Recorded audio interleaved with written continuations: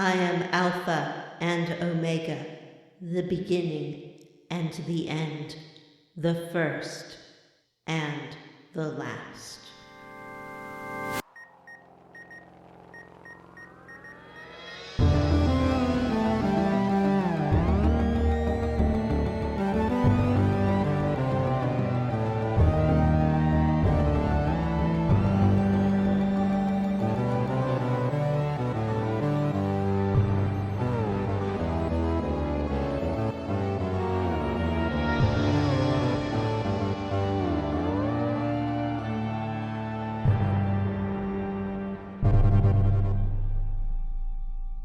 Is that it?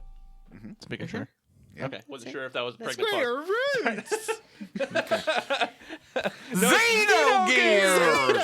Xenogears! Hey everyone, and welcome to Square Roots, the classic RPG podcast. My name is Jim Banks. I am joined by Matthew Van Zant. Heyo, it's me, Matthew Van Zant. John Groff Brandon. Broff. Groff. Groff?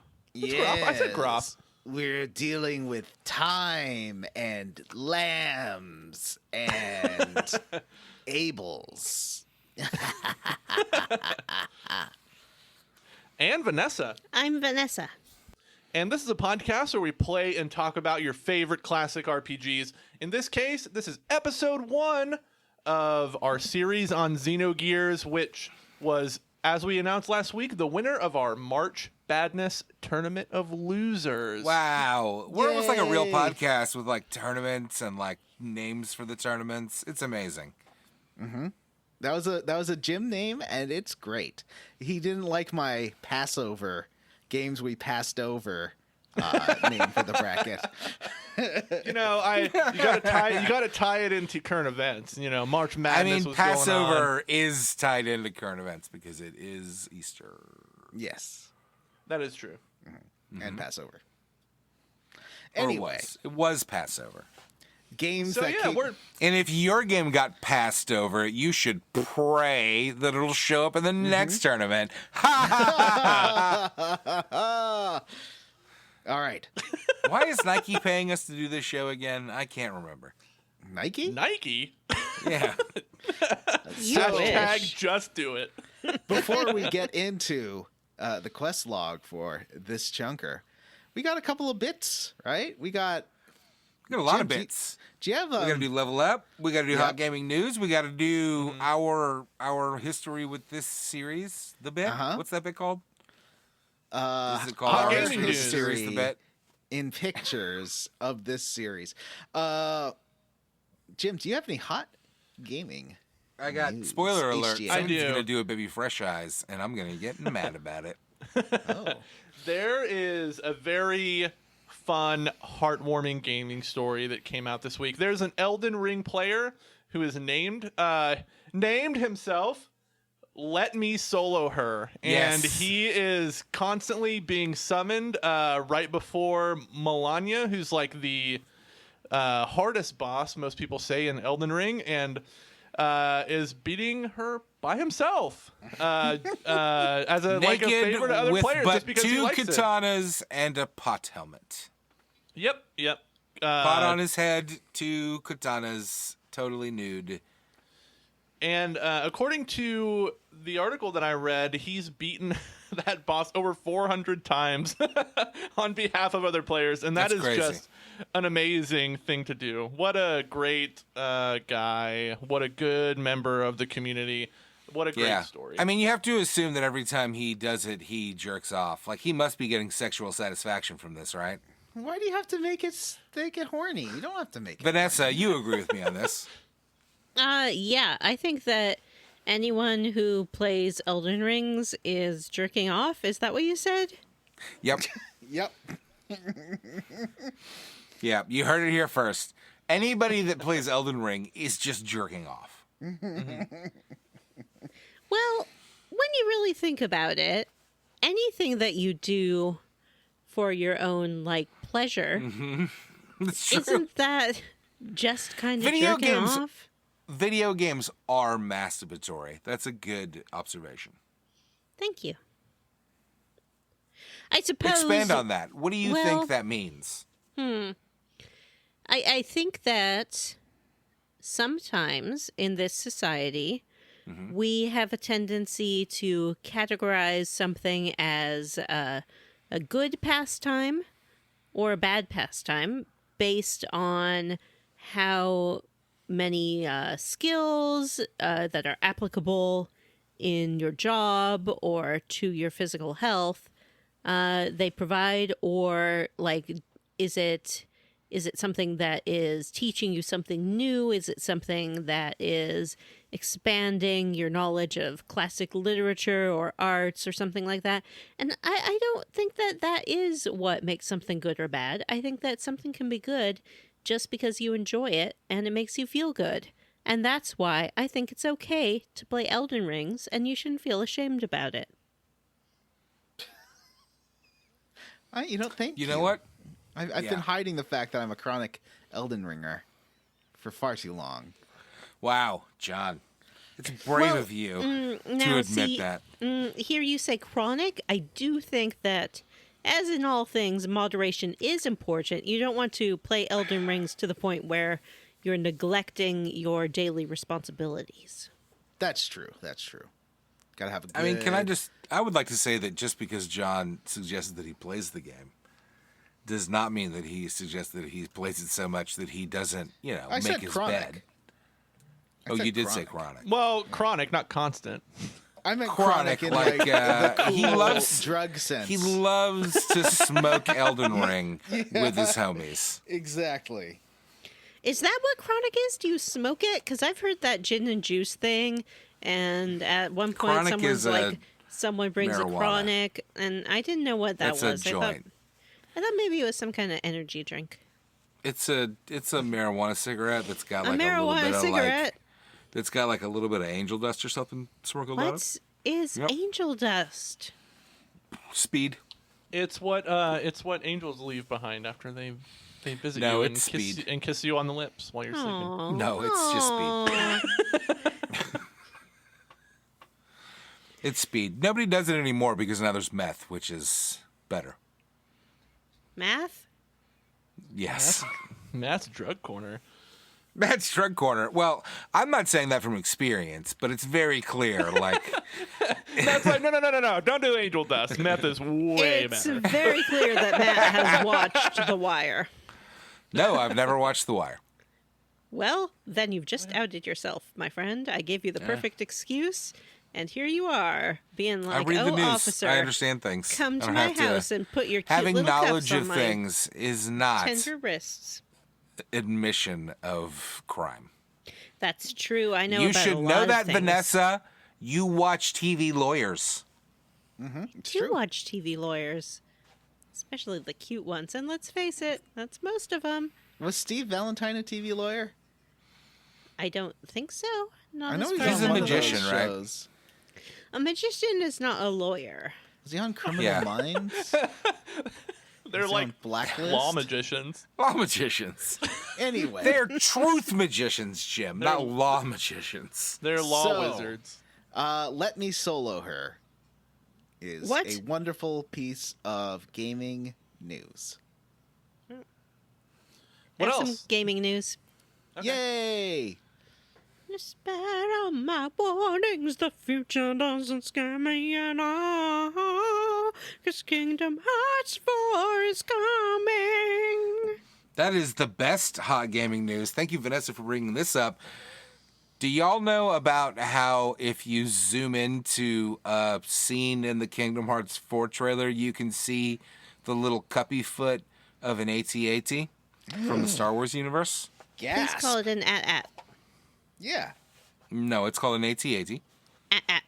Is You the other call one it then ATST, an the at? ATST? Yeah, that's the other one an at. Actually, I'm gonna be real. AT-AT is way more fun to say. Yeah. I don't know that that's confirmed real. Like, I don't know. It's these images are fuzzy, but that Kingdom Hearts 4 did get announced with the trailer, where everything looks a little more next gen realistic. Sora has normal sized feet, I know. I can't Do believe they it. show his feet? Yeah, They show they his- do. yeah, he's wearing, and like, they are regular shoes. normal. Nope, they Show show his feet, feet. and They they are show his feet, normal feet. size. They are normal sized feet. They show see his his feet. You see his toes, like his tootsies? Yes, Yeah, you see his little Show, tootsies. show those toes. whole foot, Jim. Show that whole Wow. foot. So Do they step on anything like raw and hamburger? I have to say, if Square has somehow finagled Disney into granting them further rights after all of these, frankly, terrible games, even the ones that are maybe the best games ever made are the worst games.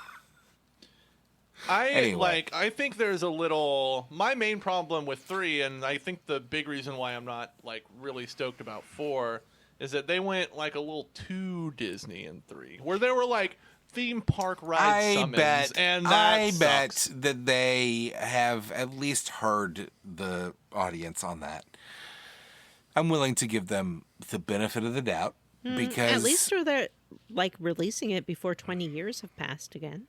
You know? no joke, if I can that's true. take Sora and Donald and Goofy through an Avengers movie, I might die. Like that. I would kind of like that. I think that could would be be amazing.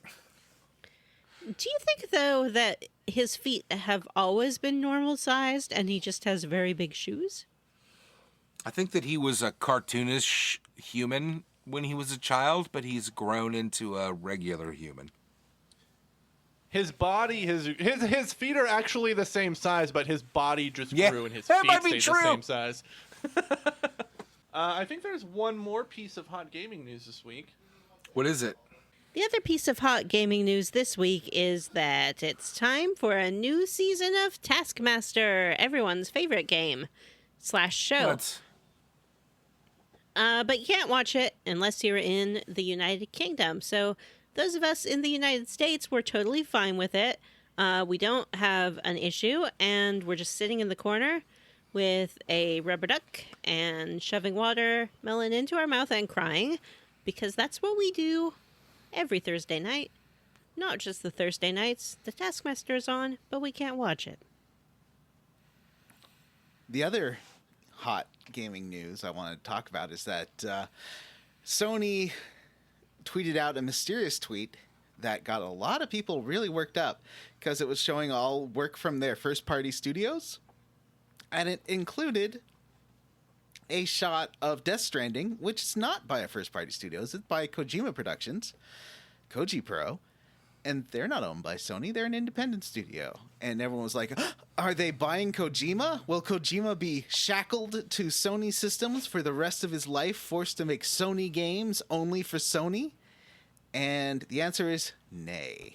That it did use some Sony technology. It used the engine from Guerrilla Games from Horizon Zero Dawn, and that is why they showed that. But it is not a Sony game by a Sony company, and everyone had to furiously clarify that because gamers have nothing else to worry about for some reason, even though there's a lot going on right now. You know, climate, war. Well, John, this is escapist entertainment. Wait, and what's the climate war? unfortunately, Heard of the climate war? That's in 2023. oh no, John has revealed George Soros' plan. Yep, the climate Hillary war. Clinton is probably John is planning the a capital speech of about the climate war. the climate wars right now. All this eco-fascism is coming, and I don't even want to grace that with... Anyway, so yeah, that was the other... Because there's really not a lot of hot gaming news this week. That was the other than Kingdom Hearts 4 and Kingdom Hearts mobile games, which I think you have to play, and they're probably going to be gotcha games and be awful. But then you have to play them to know about why Sora goes. No, to there's already a bunch of those. That's already. There's 2 of them already, John. They're announcing more of them. It's not a big deal. I think that's why you find out who that Sora's sister is in the trailer, is if you played one of the mobile games. I was hearing some things about that. Sora's sister? What the John! fuck? Yeah. John! Yeah. Are they announcing who Sora's sister is via Fortnite? Probably. and Sora's sister appeared for some reason. Somehow Sora has returned. Sister. Yeah, you need the Epic Games launcher to play Kingdom Hearts 4. I think you can play it via the Epic Games Launcher, right? Like, didn't they put Kingdom Hearts on I have PC? no idea. Yeah, of Yeah, course probably. you can. It's on Steam and it might only be on Epic, actually. But Yeah. can we? Wow. All right. Well, Jim might be right. Not only about Kingdom Hearts 4 being an Epic Store exclusive, but about the upcoming climate war in 2023, as brought to you by George Soros. I think George Soros and John Brandon. Yay! Jim, how did Matt level up? How did Matt level up? How did I level up? Yeah. Oh, can I play too? I know how Matt leveled up. Nope. Thank you. No, thank you. Vanessa, No. how did Matt level up? I Okay. leveled up by Matt leveled up by watching Severance. We all have Severance fever. I did. I leveled up by watching Severance. I finished it today. It was fantastic. This show has gorgeous, fantastic cinematography. It has this amazing ability to turn mundane things into creepy things, and to use those to like ramp up tension that otherwise shouldn't exist. And it's amazing. I also realized in watching it that I think most of the episodes are directed by Ben Stiller. So legit, huge props to Ben Stiller for being maybe a fucking genius, because this show is fantastic. And it does a lot with a little, you know? And it's great. And the end of the season really pays off in a super satisfying way that also leaves you super desperate for more. Severance, fantastic. Also, I finished my first watch through of the show, John's favorite show, Arrested Development. And the Netflix seasons get a super bad rap, which I can understand, I guess. I watched the remixed version of season 4 where they so as I understand it, the original Netflix version of season 4 did this thing where each episode was focused on a single character. Yes. And it And- felt like it was cut into ribbons too. Like that was so fucking hard to follow what was going on. So there is this season 4 remix, and that is what I watched, that cuts it together more like a season of Arrested Development. And there's a lot of interstitial stuff, and the time frames confused me a little bit, but that's always kind of been an Arrested Development thing. Like, it's always, timelines don't always line up in that show, so it does kind of work. But and that season also goes from like 2004 to 2011 or something, or 2012. well, it does, but at the end of season 3, the last Fox season, like Michael and they split up, so it works because it is 5 years later. Now, I think it's more than 5 years since it was made, but I could be wrong. But definitely some of it suffers because some of them look very different.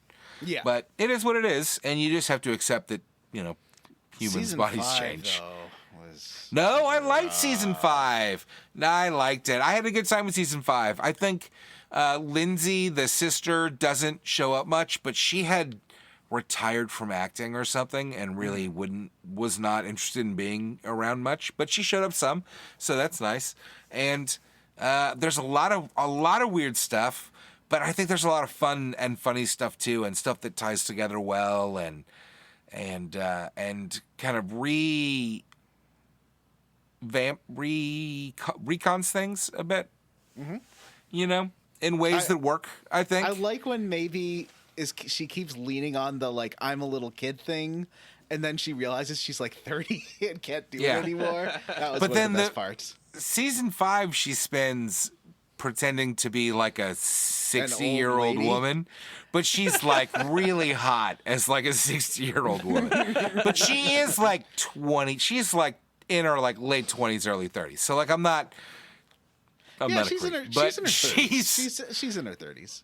Yeah, But- I'm not trying to be a creep, but she's it's a fun season actually, I think, and I think it ends in a good place, and I really like it overall. And I saw a lot of when I was trying to decide, because I saw that there was this season 4 remix, and there was the original version. And I thought, well, which one am I going to watch? So I kind of looked it all up. And I a say lot the of people remix works a lot better. A lot of people were like, this remix is fine, but who is it for? And you know what? It's guys like me. It's people like me that never really watched the show, but it's such a classic. I've been hearing about it for years, so I finally watched it. And you know what? I didn't love season 4, but it was fine. Like, I had a good time. It was fine. Like, things happened. Characters that I liked did things that were fun. It was a good season. And so that's who season 4 was, that remix is for. Because What it worked. did you think of Mr. F? The most Mr. F. problematic. It's one of my favorite, but also very I totally understand why it's problematic. But I also love it, and it's super I'm problematic. a bad person. I mean, that is from the original Fox. That's the last Fox season. Yeah, that's so a Fox. That's old. That's older. Yeah, but it is 2003. I mean, they actually try to be like 2003, like careful about it. Like, they're not. Mm-hmm. She's not a bad character. But I love that, right? Because she's a deconstruction of the manic pixie dream girl, being like, if someone behaved like this, it would be because of why. It's almost like they're teaching me.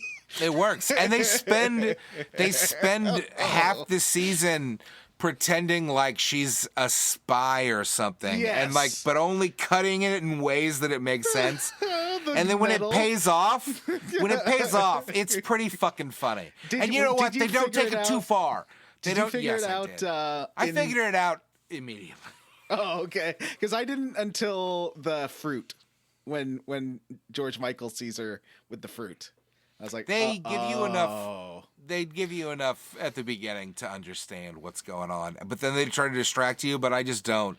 The show is an unreliable narrator. I will say that season 4 and 5 spend a lot of time with Ron Howard, which I found very funny. No, I find that shit hilarious. I love it. It dominates the 4th and 5th season, and I didn't think it was funny. It does not dominate the 5th season at all. He's not around that much. But the 4th season, he is a big part of.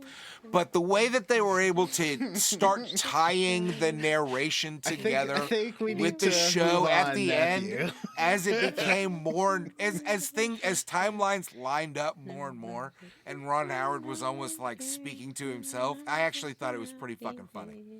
Anyway, that's how I leveled up, and I would love to know how Vanessa leveled up.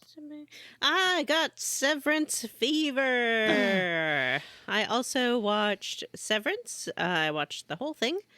It was very good. I am very interested in the non-Euclidean geometry of Adam Scott's face. The way they make it go. I feel like they made him look like weirder earlier in the season. Like they lit him things. They lit him in a way that really highlighted his lines. Whereas later in the series they lit him in a way that made him look more. Well, you can see when he goes in the elevator, they change camera lenses or something. Yeah. I don't know the tricks. Johnny knows the tricks. That's called a dolly zoom, where they go from a wide angle, which it starts off as a wide angle, to a telephoto. So basically they zoom in as they pull the camera back. That's why it's like flattens. Right. So they squish him, they flatten him, they mush him around, they put his hair on his head so it looks like a different kind of head, and so it's like his features are never quite in the same place. It's very interesting. It's very interesting. You know that his face has all the parts of a face. You know he's not a bad looking guy, but then you look at him and you're like, what is happening? He has a very pinched face, and it works for this, I think, because, as John said, they can take him from very, like, three-dimensional looking on camera to very flattened out. But I don't know if he really does or if they just do that, you know? I They just have do no that. idea what Adam Scott actually looks like. I think if I walked past him in the street, I would not recognize him because this show is bananas with their camera tricks and their You makeup also have tricks to and their look hair down tricks and because their he's lighting very tricks. wee. Is he? Is he? I think so. He looks very. I assume he's like 5'2". He just Is he looks a Oh, like. I thought he was Easy? like 5'2". I think he's pretty short. I don't think so, man. I bet he's taller than Rob Lowe in that series, so I bet he's 6 let's feet see. tall. Let's Adam Scott see. is 6 foot even. No. Oh, But you Oh, can't wait, believe I that. think maybe that's the golfer. Adam Scott is 5'9". Okay. Wow, that is very wee. That's Yeah. super short. And if an actor John, how says tall are they're you? 5'9", they're 5'7". I'm 5'6". Yeah, if an actor says they're 5'9", they're 5'7". So Yeah. Yeah. this guy's Okay, Johnny size. so I wouldn't have to look down. Well, I don't know how tall I am. Would you be People wearing tell heels? me one thing, and that's a good point. Yeah, because you're like 8'6" with hat and heels, right? I'm 8'6" with heels. Yeah, I would And have to hat, look and down. Yes, and hat. But the hat does not actually change your height. The hat just adds from the top of your head to the top of the hat the length of the hat. Whereas shoes actually do make you taller. Because everyone knows that your height is how far away your eyes are from the ground. So I've been doing that. And that's it. Jim, how did you level Hey. up? Hi. So let me tell you about my morning. So I got up at like 7 a.m., took the dog for a short walk, and I was off work today. So I was like, you know what? I'm going to lay down on the couch, throw some YouTube on, and maybe catch a little more shut-eye. And so I did that, and I experienced a very interesting dream. I dreamt that I woke up from my morning nap and there was a package at my door, and it was a big box, and it was from Vanessa. Yay. And Vanessa sent me a message that said, "Hey, got a notification that your package just arrived. Enjoy your new PS5." And I was like, "Oh my gosh, I got a PS5 in the mail. I already have one, but this is pretty cool." And I opened the box and there was nothing in it. And when I looked inside the box, the inside of the box was covered in what looked like primitive cave drawings, but they were of stick figures decapitating each other.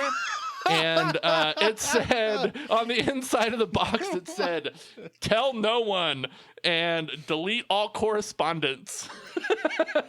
And so in my dream, I received a threatening prank courtesy of Vanessa, which when I told her about it, she's like, "That's pretty great, and I'm kind of sad that I didn't actually do that." I am. I'm so upset. I feel like I've been scooped. It's like now I can't do it. And it's brilliant. It's a pretty great prank. It's 100% something that I would do. And now I can't. It's too predictable. It's like you see it coming. I know. Awful.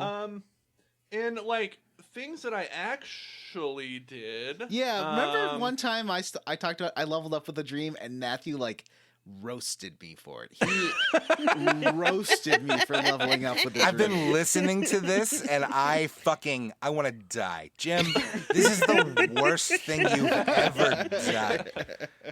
Go tell me more about your fucking dreams, motherfucker.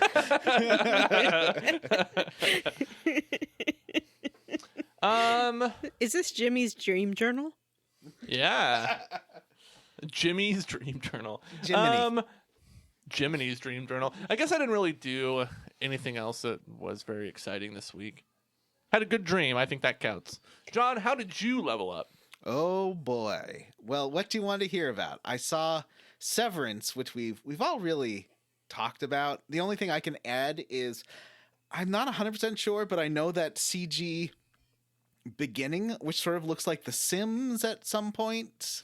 Oh, I love the opening to it. I think it's amazing. There's an artist who too. did stuff like that, so I'm wondering if it's that there's an artist whose like visual medium is like sort of weird CG and like physics rendering and stuff. So It's I like wonder a if it's it's that like guy. it's like a surreal Sims thing. It looks really neat. Yeah, so I'm curious if they got that guy or if it's inspired by it, because I've seen art like this before and it's so I good. love Like I watch it every time. I love the part where Adam Scott is walking by, I think, the other Adam Scott version, and the other Adam Scott version is holding a bunch of balloons that are just inflatable Adam Scotts. Yes, Like, it's so cool. it's really neat. I love how they like they sort of, you can see it's procedurally tumble on each other, and they're like, Yeah. you can see like it's like in Dark Souls when bodies lie on top of each other. It's that kind of weird jiggly physics that I Yeah. like, and it's Yep. it's very unnatural. And that's one of the really cool things about that. And yeah, it's a great looking show. I'm curious about. I hate that Apple TV skips the technical credits because I want to see if like people I know worked on it or something, because it's gorgeous. And I thought it was going to be another boring show like Succession. That's why I wasn't that interested in it. Succession's not boring. Like I don't know. I don't care about drama and Yeah. and like work, like business drama. and legal drama. So I thought it was going to be something boring like that. But then I watched it, and it turns out it's like a Good Place. Like it's a weird sci-fi, wayward Mystery. It's pinesy got kind of thing. It's so mysterious and it hooks you so well. Yes. It So definitely does. watch it. You haven't finished the season, though, Johnny. Is that correct? That is correct. I'm only 5 episodes in. So I won't say anything about it, except that a lot of people, as they were watching it, they were like, oh, I'm going to be so mad if the ending does this, or if the ending does that, or if it doesn't, give us everything that we demand. I found the ending totally sasatisfying of this season. Oh, yeah. Like, even though it was a cliffhanger, like everything felt earned. You know what I mean? Like it gives you just a few revelations, and it was all just very satisfying in a way that I not a don't lot have of any shows can pull off. expectations for how the show's going to end, so I'm kind of curious about it. Also, it's got a cute pocket bear. How many shows have a main character who's a That cute guy's pocket fucking bear? hilarious. He's adorable. He got a little baby face. Matt and I were talking about him earlier in the week. He's the guy from Spider-Man Homecoming that yells at Spider-Man to do a flip, and when Spider-Man does the flip, he's like, "That's all right." Yeah, he's like the hot dog vendor or something. He's a hot dog vendor, yeah. He's also, that show- coincidentally, in Succession. He plays a theme park employee who has like an outsized, grandiose like idea of himself, and he's really funny in the one episode that he's in. Huh. Well, I haven't watched Succession, but I agree with I Johnny. won't. I think that show does a fantastic job, like obfuscating so much of the world. You're provided such a narrow perspective that as it reveals itself, it really works, and it makes the most mundane situations super tense, and that's just the most impressive thing. It's crazy, And it's just, but you I know, love it. It's great. it's bitingly, funny as it relates to office culture. Oh yeah. And especially the idea of, we've all heard the term forced fun, any kind of like office perk day and stuff. Oh, I love it. And I do want to, before I forget, give a special little shout out to Trammell Tillman, who is not an actor who I've really seen before, but I love his performance on this show. He's like menacing he's like friendly, but at the same time so menacing. He's He like, really, it's he great. really, Yeah. he really kills it. And, And, you're like, right. he He can manages go- to go between like he goes between being like friendly to like scary in a way that Yeah. Well, he goes from like office polite to exceedingly happy, like when he's dancing, when he does his like dancing stuff when they have their party, and then like to go to like complete like sociopath, like psychotic when he's doing the like apology stuff. It's such a great performance. We might have to do all like over a the place. spoiler thing on it. Not today, obviously. we 'cause should, I haven't, John, you should finish it, and maybe we should do an episode on it. Because Yeah, to be honest 'cause- with you, it's yeah. next 'Cause level. there's- Like there's that, something- the end of this season is like I am dying I'm dripping with anticipation. Like it's fucking. There's one thing. It works and- so Matt well. is so wet with him. I'm so wet. Matt, if you're dripping in anticipation for the next season of Severance, you might want to try Manscaped's Cropped Preserver. Stay tuned for more about that later in the show. Cut that out. We do not want to insult our sponsor. Okay. Other things We that I don't? leveled I up do. with. What I would you like to won't be hear cutting about? that Vanessa, would you like to hear about Jim and I playing with Samu Mitchell? Or I would don't you know. like to Is hear this a? about me seeing the Batman? I I'd want like to hear about Xenogears. Excuse me. He asked me. This is my very special game that I get to play called Sorry. Would You Like to Hear? We play it every week. Yeah. It has its own little theme song introduction. It's our most popular segment on the show. Yes, the listeners did just suffer through that. What would you like to hear? I would like to hear about the Batman. Okay, I hated it, Vanessa. I What? hated that garbage movie. You didn't like Battinson? I loved it. I sure John didn't. was too. He saw too much of himself in this. You know. Yeah, with like, my hair over my eyes. Oh, I'm Bruce Wayne. I'm so sad.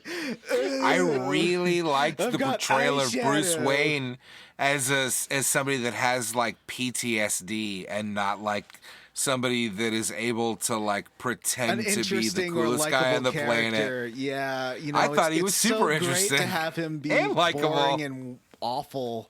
And what a trash movie! I hated Wow. I hated the reveal at the end. I hated that the movie finished and then it was like, wait, we haven't had a boring action thing, so let's Oh have a yeah, boring how did you action feel about scene. How did you feel about the fat suit? Well, that was fine, but I did like that the villain turned out to be John Hodgman. It's not really John Hodgman, so that is not a spoiler. But there was a reveal. It's like, oh, it's John Hodgman. And that's all I have to say about that trashy garbage film. Thumbs Now John, that I'm you've sorry you seen didn't it, like it. yeah. But it Now wasn't that you- trashy or garbage. It was fantastic. Now that you've seen it, do you agree with me that it has the sort of same tone as like Kiss the Girls or some other 90s movie that Ashley Judd and Morgan Freeman would be in? like Along Came a Spider. Yeah.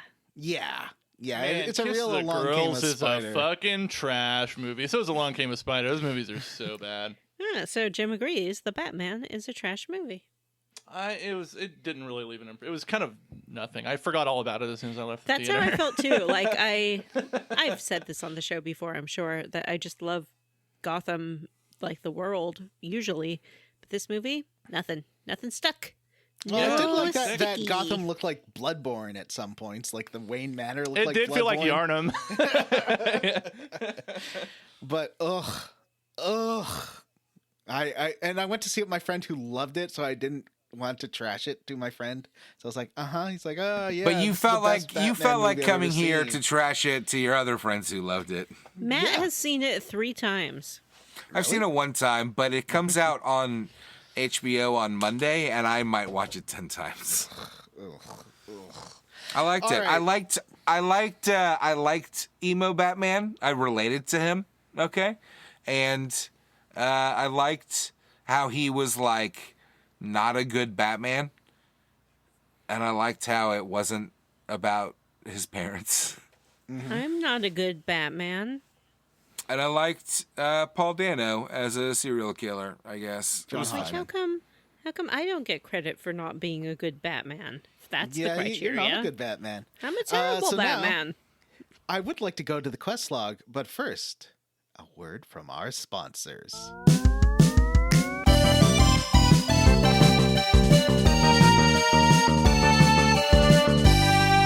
Okay, listen, I have something to share about myself, and it's not something positive or negative. It's just a Vanessa fun fact. I am a ballless American. I don't have them, which is why I am confused and surprised as to why I received the Manscaped Performance Package 4.0 in the mail. Well, Vanessa, I can Yeah? explain that. Okay. Support for Square Roots is actually brought to you by Manscaped, That's who is the best. Wait. That's absurd. Nobody advertises on our show. We now have a corporate sponsor. Look out, world. I've been dreaming of this day for 6 years. I know. Tell me more. Sure. Manscaped is the best in men's below-the-waist grooming. Their products are precision-engineered tools for your family jewels. My dog is squeaking a toy. I'm so sorry. No, that makes it better. Everyone likes Manscaped's Performance Package is the ultimate men's hygiene bundle. Join over 4 million men worldwide who trust Manscaped with this exclusive offer just for our fine listeners. 20% off and free worldwide shipping with the code SquareRoots at Square Roots? manscaped.com. Are you saying the code at manscaped.com is Square Roots?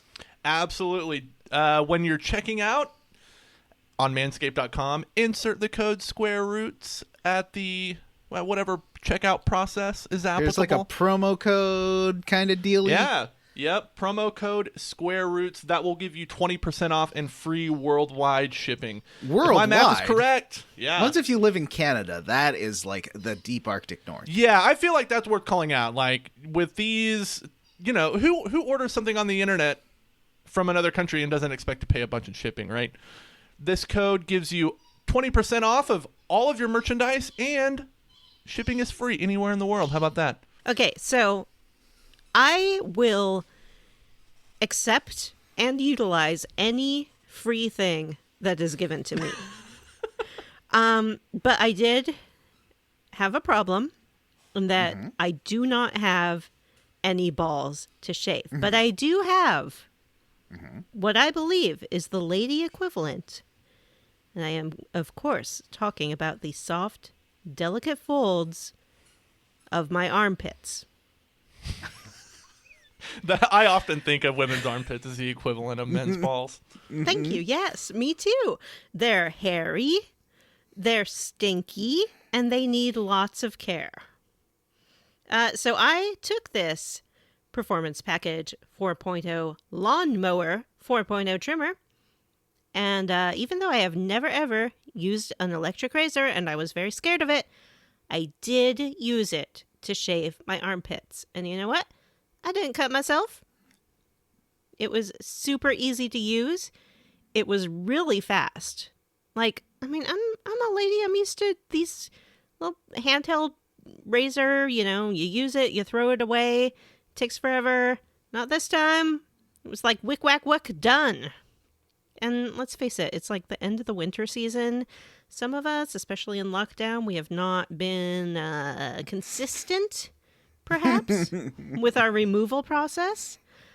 So if you're suddenly like caught in tank top weather and you need help fast, this will do it for you. I also, so it came with these things, right? It came with the crop reviver for a pick-me-up. And it came with the crop preserver, which is, it says that it's to prevent you from getting swamp crotch while you're gaming. Ooh, I do game a lot, and I haven't noticed the humidity or swampiness of my crotch before. Is this a problem you've encountered among people, Vanessa? Well, I don't know about other people, but when I play Animal Crossing, I want everything to be bone dry down there. Bone so- dry. I'll admit, I wasn't quite sure what to do with these things. So what I have done with them is I'm going to give them a nice little sniff. I'm going to smell the crop preserver. It smells, it's nice. It's definitely masculine. Like, I'd say it's a masculine scent. It's a little bit woody. like... It's woody. It's musky, but in like a positive way. It smells good. I like it. I'm thinking, I can probably put this on something. And I'm going to do it. And then I have the little spritzer here for refreshing purposes. That smells good too. It's like, it's also woodsy. It's a little bit more like, I feel like there's a little hint of lemon, like just a zhuzh. It's a little citrusy, yeah. Insofar as I have been able to utilize this stuff, I am utilizing it. We also got, Jim, they gave us some boxer shorts. You know who's never had her very own pair of boxer shorts? This gal. And now I have them, and they are silky and soft and very snug. They're generous cut, I would say, for me. They seem to be designed, but I need a place to tuck my phone, and I think it's going to work great. What is this, a Hideo Kojima game? Women have extra places to hide things. I do, with my Manscaped boxers. Oh, you know what else? So I used this razor. I was like reading about it, and they're like, oh, you can use it in the shower, and you can just use it. And I'm like, what do you mean I can just use it? I always use shaving foam. Like, you spray it, everything, get it all right. And they were like, no, you can just use it. And I did, and they were right. I have not had any problems with, ingrown hairs, anything like that. It went great. I love it. I'm going to use it again. I'm not ashamed to say so. I don't know why they sent it to me and not to you guys. Like, seems like a weird choice, but... Vanessa, we all got the Manscaped Performance Package 4.0. All of us. Jim, me, Matthew, and you. And we don't want to leave you out just because you don't have balls. Who cares?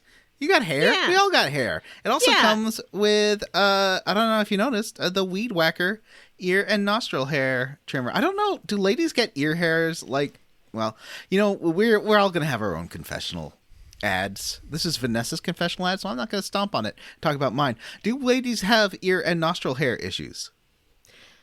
I cannot speak for all ladies. Mm-hmm. Ear hair is not a concern for me. Mm-hmm. So remember, it's promo code SquareRoots for 20% off and free worldwide shipping. The Manscaped Performance Package 4.0 has arrived. It includes the Lawnmower 4.0 trimmer, Weed Whacker ear, nose, and hair trimmer, Crop Preserver ball deodorant, it smells good, Crop Reviver toner, it smells good, Performance boxer briefs, they feel nice, and a travel bag to hold his goodies. I say his. Oh. I'm not going to put his goodies in there. I'm putting my goodies in there. This is a nice bag. Mm-hmm. I talked about the Lawnmower 4.0. It works super good. Mm-hmm. The 4th generation trimmer features a cutting-edge ceramic blade to reduce grooming accidents thanks to their advanced skin-safe technology. The Lawnmower 4.0 is waterproof and has a LED spotlight for a more precise shave. It does have a spotlight. It lights up, Johnny. It also has the Weed Whacker nose and ear hair trimmer. I would say, if I were the kind of person who had to use it, that it's easy to use. Worked fine. Worked great. The Weed Whacker is waterproof and has proprietary skin-safe technology, which helps reduce nicks, snags, and tugs in his delicate nose holes. His. Because certainly I don't have any reason to stick it in my nose. I'm a girl, and I don't get hair in my nose. And if I did, I would want the Weed Whacker because it didn't cut me. I mean, it wouldn't have... It wouldn't if theoretically I used it, which of course I don't need it. But if you do need it, I recommend it. Mm-hmm. The Crop Preserver ball deodorant and Crop Reviver ball toner. It smells good. And you get 2 free gifts, the boxers and the shed travel bag. Ooh. So remember, you can go to manscaped.com and get 20% off plus free shipping with the code SquareRoots. That's all one word. Square Roots.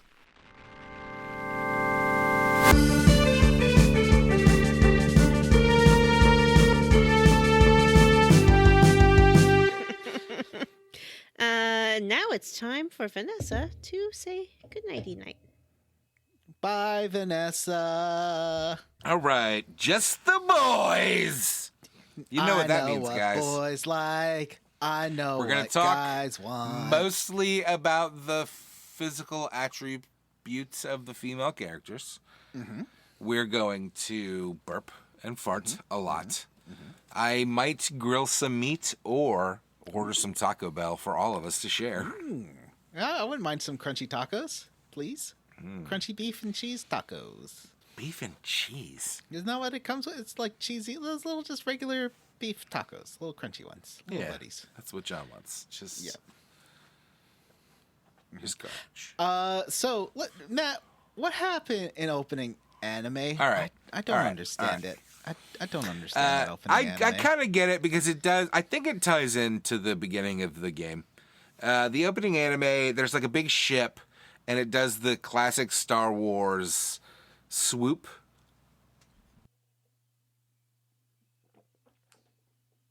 Yep. We all know the dramatic Star Wars swoop where you see the ship flying overhead and like, oh, it's so big. That's a big ship. I think I'm Matt gassy. just burped. Yeah, I had to mute myself because I burped so much that it was like a burp parade. Anyway, it does do that Star Wars swoop, and then there's a bunch of like text over the screen, and the Alpha and Omega. Yep, I don't know. None of this shit makes sense, but it's That's fine. Genesis. The Sega captain, Genesis. the Sega Genesis. The captain decides to blow the ship to Kingdom Come. Well, before that, And- it's like something's taking. I actually think this anime's cutscene is really cool. Yeah, it's fine. Like there's some force that they have, and they're like the numbers are exceeding safe levels, and then you see like organic stuff sort of spreading through the ship, and they're like, oh, cut the hard patches, blow, they have these explosive bolts that sever the network connections, and they do that, but then it like it crosses between the severed connections. I thought that was super cool. And everyone's like, oh, the levels are over 9,000, Captain. We have to evacuate the ship. And so they evacuate. It's all very dramatic. Jim, what did you think of weird anime opening? I thought it was confusing, but it was cool to watch. It's I didn't understand what was going on or who these people were or why they were in space. yeah, I feel like maybe it'll come back to this later. I'm sure. Because there's a planet they're going to crash on, I think is the important part you need to know. And also that their screens get covered with text that says, like, we are going to become as gods, which I thought was a Nier thing, but I guess is also a Xenoblades thing. Or Xenogears thing. Xenogear. This is not Xenoblade. Sorry, sir. Xenosaga? Don't call me sir. This is a different thing. This is Xenogears. Is this tied to the other Xeno games in a tangible way? That is a question for someone who's played. I believe that there is some character that's in Xeno. I don't think it is. Gears and Xenosaga, but I have no idea how it relates to Xenoblade. So that's a question for someone else. Jim, Yes. I'm asking you that question. What was the question? I don't know. John, tell him the question. Is Xenogears related to Xenosaga and Xenoblade? I don't know. I haven't played any of them. Wow, where's Vanessa? Oh, right. We forgot that part. Jim, what's your history with the Hang Xeno on. Where is Vanessa, by the way? Let's save that for next week when Vanessa is back. Oh, and can she's out. Oh, yeah, Join sure. us. Okay, fine. Okay, we forgot it this week, but we've done it in the second episode Yeah, that's before. fine. We'll save it for next time. All right. So, All right, so Xenogears. yeah. The continent of Ignis. What is this? Should I just read this, This big is like chunk this. of This is the Wikipedia? opening text. This is a All big right. text scroll at the beginning. Here's of the the. game. Oh, Jim was gonna read the opening text. But there's more. Jim, I cut out some of it. I can put more in there if you want. Yeah, no. do I think you this is feel good. like we need to add more? Like, do we have to repeat every word? Okay, let me. This is like the setup. So, the messed it up right off the bat. The continent of Ignis, in the northern hemisphere of our world, On this, the largest continent, a war has been raging between two countries for hundreds of years. In the north of the continent lies the Kislev Empire. In the south lies the desert kingdom of... How are we pronouncing this? Ave? Ave? I guess Ave probably. That sounds more religious. Okay. I assume if it sounds religious, it's correct. Yeah. The war has gone on for so long that the people had forgotten the cause, knowing only the pointless circle of hostility and tragedy.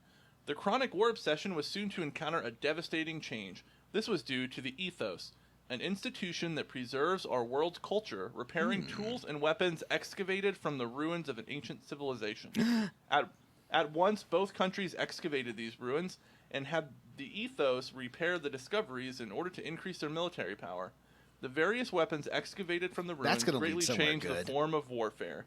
The outcome of the battles between the two countries was no longer decided by man-to-man combat, but by gears. Giant humanoid fighting machines that were obtained from deep within the ruins. Yes. Eventually, absolutely, after Gundams. Continuous swings in the state of the war, Kislev gained the upper hand.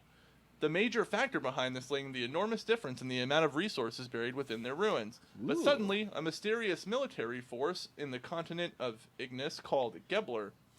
This force decided to make contact with Ave, and with Kimmy Gebler? with the assistance of this Gebler military force, Ave was able to recover from being hopelessly outnumbered to being back on an even standing with Kislev. Then, taking further advantage of its newly gained momentum, Ave started to capture one territory after another from Kislev, showing no sign of slowing down in their invasion campaign.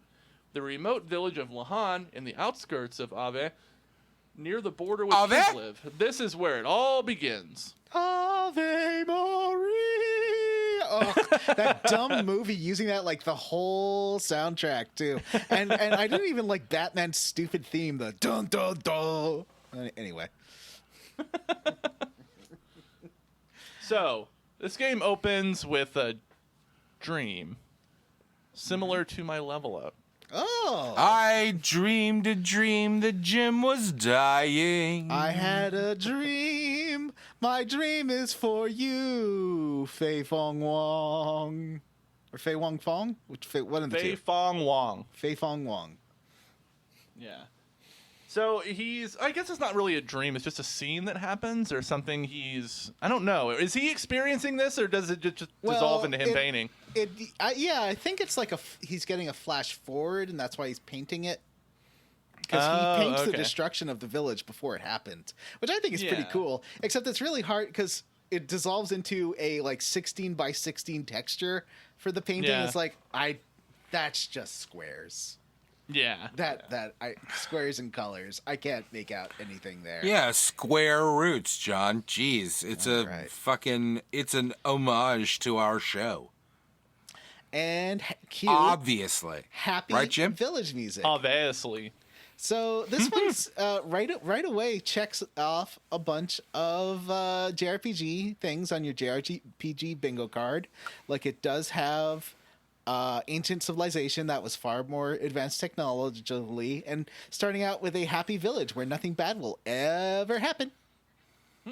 Except you already see before getting to the village that it will be exploding. I love this. Let's hang on. This is clearly like an attempt to do like a sci-fi Gundam-y story, but as a SquareSoft RPG, and I think it's great. Like this is a great begin. 10 out of 10. Yeah, so you learn that Faye has been in the village for 2 or 3 years, and that he was dropped off by a mysterious masked man. Now, it did look like when Faye was dropped off, he was fully grown, didn't it? He's only been there for 2 or 3 years. So he must have been almost an adult, and so it just seems kind of weird to drop off a fully grown man at your house and someone be like, "I'll raise you as my own child." Yeah, and you learn that he was dropped off. He has no memories of who he was before, and that he's just kind of hanging out in this village, being a cool guy. Yeah, he's an artist. He's learning martial arts. From the chief who raised him. It sounds great. Yeah. And you learn that your friend, is it Timothy. Timothy is getting married to your friend Alice, and Alice's little brother, who's the weirdest looking little boy character I think I've ever that seen in my troll. life. He does look like a troll. He looks like, imagine if Chucky started getting male pattern baldness. Yeah, why is his head bald? Because I think he's actually 40 and they're just pretending that he's a child. So That's weird. Yeah, it's all a little strange. He's like, I've got a scheme I want to talk to you about, and let's talk about it later. And then you can talk to the chief, and you get that flashback with the masked man. Everyone has like 18 text boxes. I hate how much everyone talks in this game. If you talk to a villager, like it seems like they're done and you start walking away and then they continue talking. No, why are you continuing to talk? Because you know me, I got to talk to everyone in the village, right? Yeah. And this game might dissuade me from that because there's everyone's so talky. Everyone talks so much. Yeah, this game's script must have been huge. Now there is Oh, yeah, let's talk about phase design. What do you think of the anime art in this game? I think it's pretty good. I'm gonna preface this by saying like I don't really know much about anime. Limited reference for what is good and bad anime, but I think it's good. It's not weird or bad. No, it's definitely got a distinct style. The game presents itself with a 3D world with 2D sprites. So you got like these 2D sprites on a 3D world. But I do find, like Grandia, walking around is so slow and just it feels like you're walking through molasses when you're exploring. Oh man, yeah. I Even don't when like you're that. using the run button, you're still moving pretty slow. And I feel like the moving the camera around is not quite as responsive as I want it to be, and I'm sure that's this is a PS1 game, but Yeah. I feel like swinging the camera around, it's just not what it doesn't feel good. It also feels too zoomed in. Like It that you does, yeah, don't like- see enough of the world. I feel like the especially in the forest, which we'll talk about, moving the camera around doesn't help you see anything because there's so many obstacles blocking like where your character is. It's so frustrating. And I like the look of 2D. Like I think the last game we played, another PS1 game, had really good 3D worlds combined with 2D graphics, and it was really charming and it was easy to see what was going on. But I find this game, it doesn't work the same way. It's just not. I don't know. It feels feel like a there's- failure for that. Yeah, it feels like there's like just too much stuff on any given map that it's hard to like navigate around. And then the game makes you jump a lot, which and I don't like that. And it's not like sometimes you can. It seems like you can't make a jump, but you have to. So you have to like run and it's. And there's like a part, it's another forest example, but like you have to jump into an area that doesn't look like you can jump into it to like progress through the forest. Yeah. And I was like, what am I supposed to do Well, here? they do show if it's the roots of that tree where it makes you see Yeah, where that the enemy was jumping. Yeah, I had to show that's you how I that- figured it out. Yeah. I think they had to do that to show you these were places you could go to because like Yeah, that's frustrating. at least And they there's like acknowledged there's a problem. Yeah, there's a weird like verticality to the level design that like the controls just are not good for. So with a name like Fei Fong Wong, you get the sense that he's styled like a Chinese character because that's not really a Japanese name. That's more of a Chinese name, and he also has more of a Chinese style martial arts moves to him, which is interesting. He also has a big front hair piece like Vagrant Story guy, and and he also has a long ponytail. So interesting character design. He's got flowing like karate robe top and big pajama pants. I actually like his design. I didn't play this game when it came out, but like I remember all the ads for it, and like if you showed me this character anytime between then and now, I would say, oh, that's the character from Xenogears. Mm-hmm. Like, because he was featured very prominently in all the promos for it. Like, just this what you've put in the notes, like this, like character rendering was all over the place when this game came out. Mm-hmm. So Alice says, "Hey, could you?" Well, she says, "Oh, I need to go to Dr. Saitan's house to go get a camera." And Faye's like, "Hey, I can do it. Don't worry about it." She's like, and she does a thing. Okay, Jim, this might be too personal, so certainly stop me from this line of talking. I have met friends who are in relationships who say things like this, of like, if only we'd met before, and things like that. I'm like, why are you saying this? It's weird. Yeah, good. It's weird. Don't do this. Yeah, don't do that. But like, he seems like pretty receptive to it. Yeah. Or like he just kind of goes with it. Like, it's not like he doesn't like recommend they run away together or anything. But he's like, yeah, well, that's not the circumstances. So yep, he does sort of brush it off. The good guy he is. Although, like, she's about to get married. Like, she's probably just being like wistful, but like, it's awkward. Yeah, it is. It is very. I've had this experience like 10 times for whatever reason. And he says he'll go see Dr. Saitan. Oh, we should mention, I do like Timothy's design, where I thought he was going to be a playable character because he looks like a muscle dum-dum. Yeah. A big himbo energy from Timothy. And I thought that, he looked like he was a competent fighter and was going to be like your NPC starting buddy. Mm-hmm. Turns out, no. this does not stick around for that very long. This whole side note does not stay as part of the plot. Yeah. Especially Alice. Especially Alice. No, especially Alice, yeah.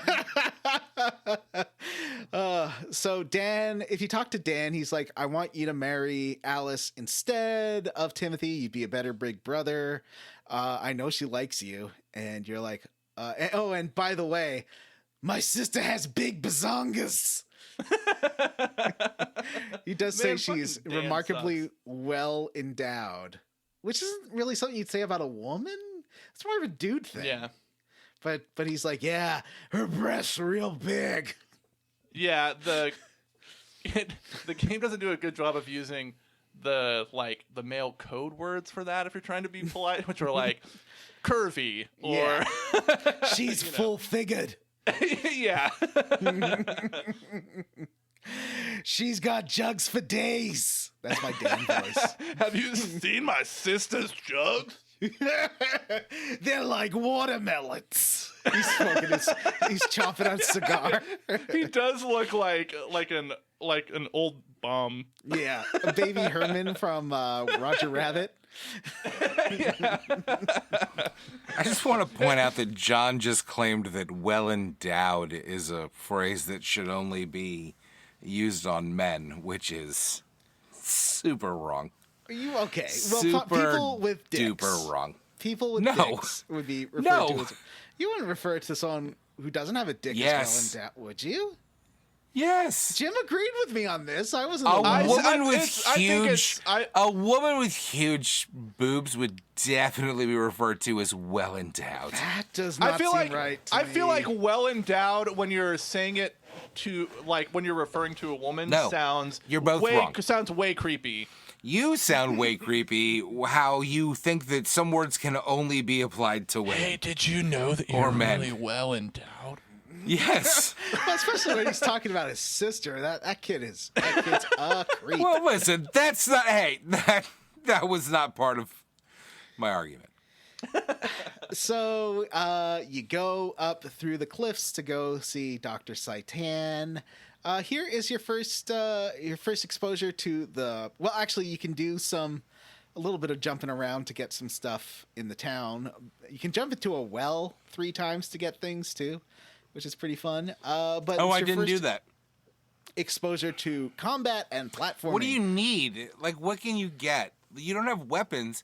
It's like weird how there's a items. weapons slot, but There's nothing to put in it. From there, you just get some like healing items if you keep jumping in the well. And you get an eyeball. That's and I think that's like a bonus later game thing or something. I don't know. No. You can sell those. I have one of those. Okay. You can sell them. So what do you think of the combat?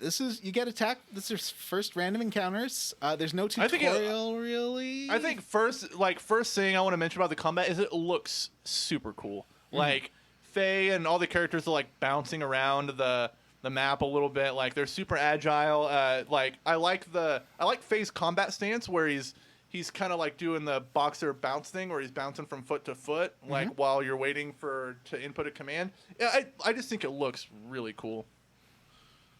And so it's really fast, and you don't have to input fast, but you can, and it's very quick.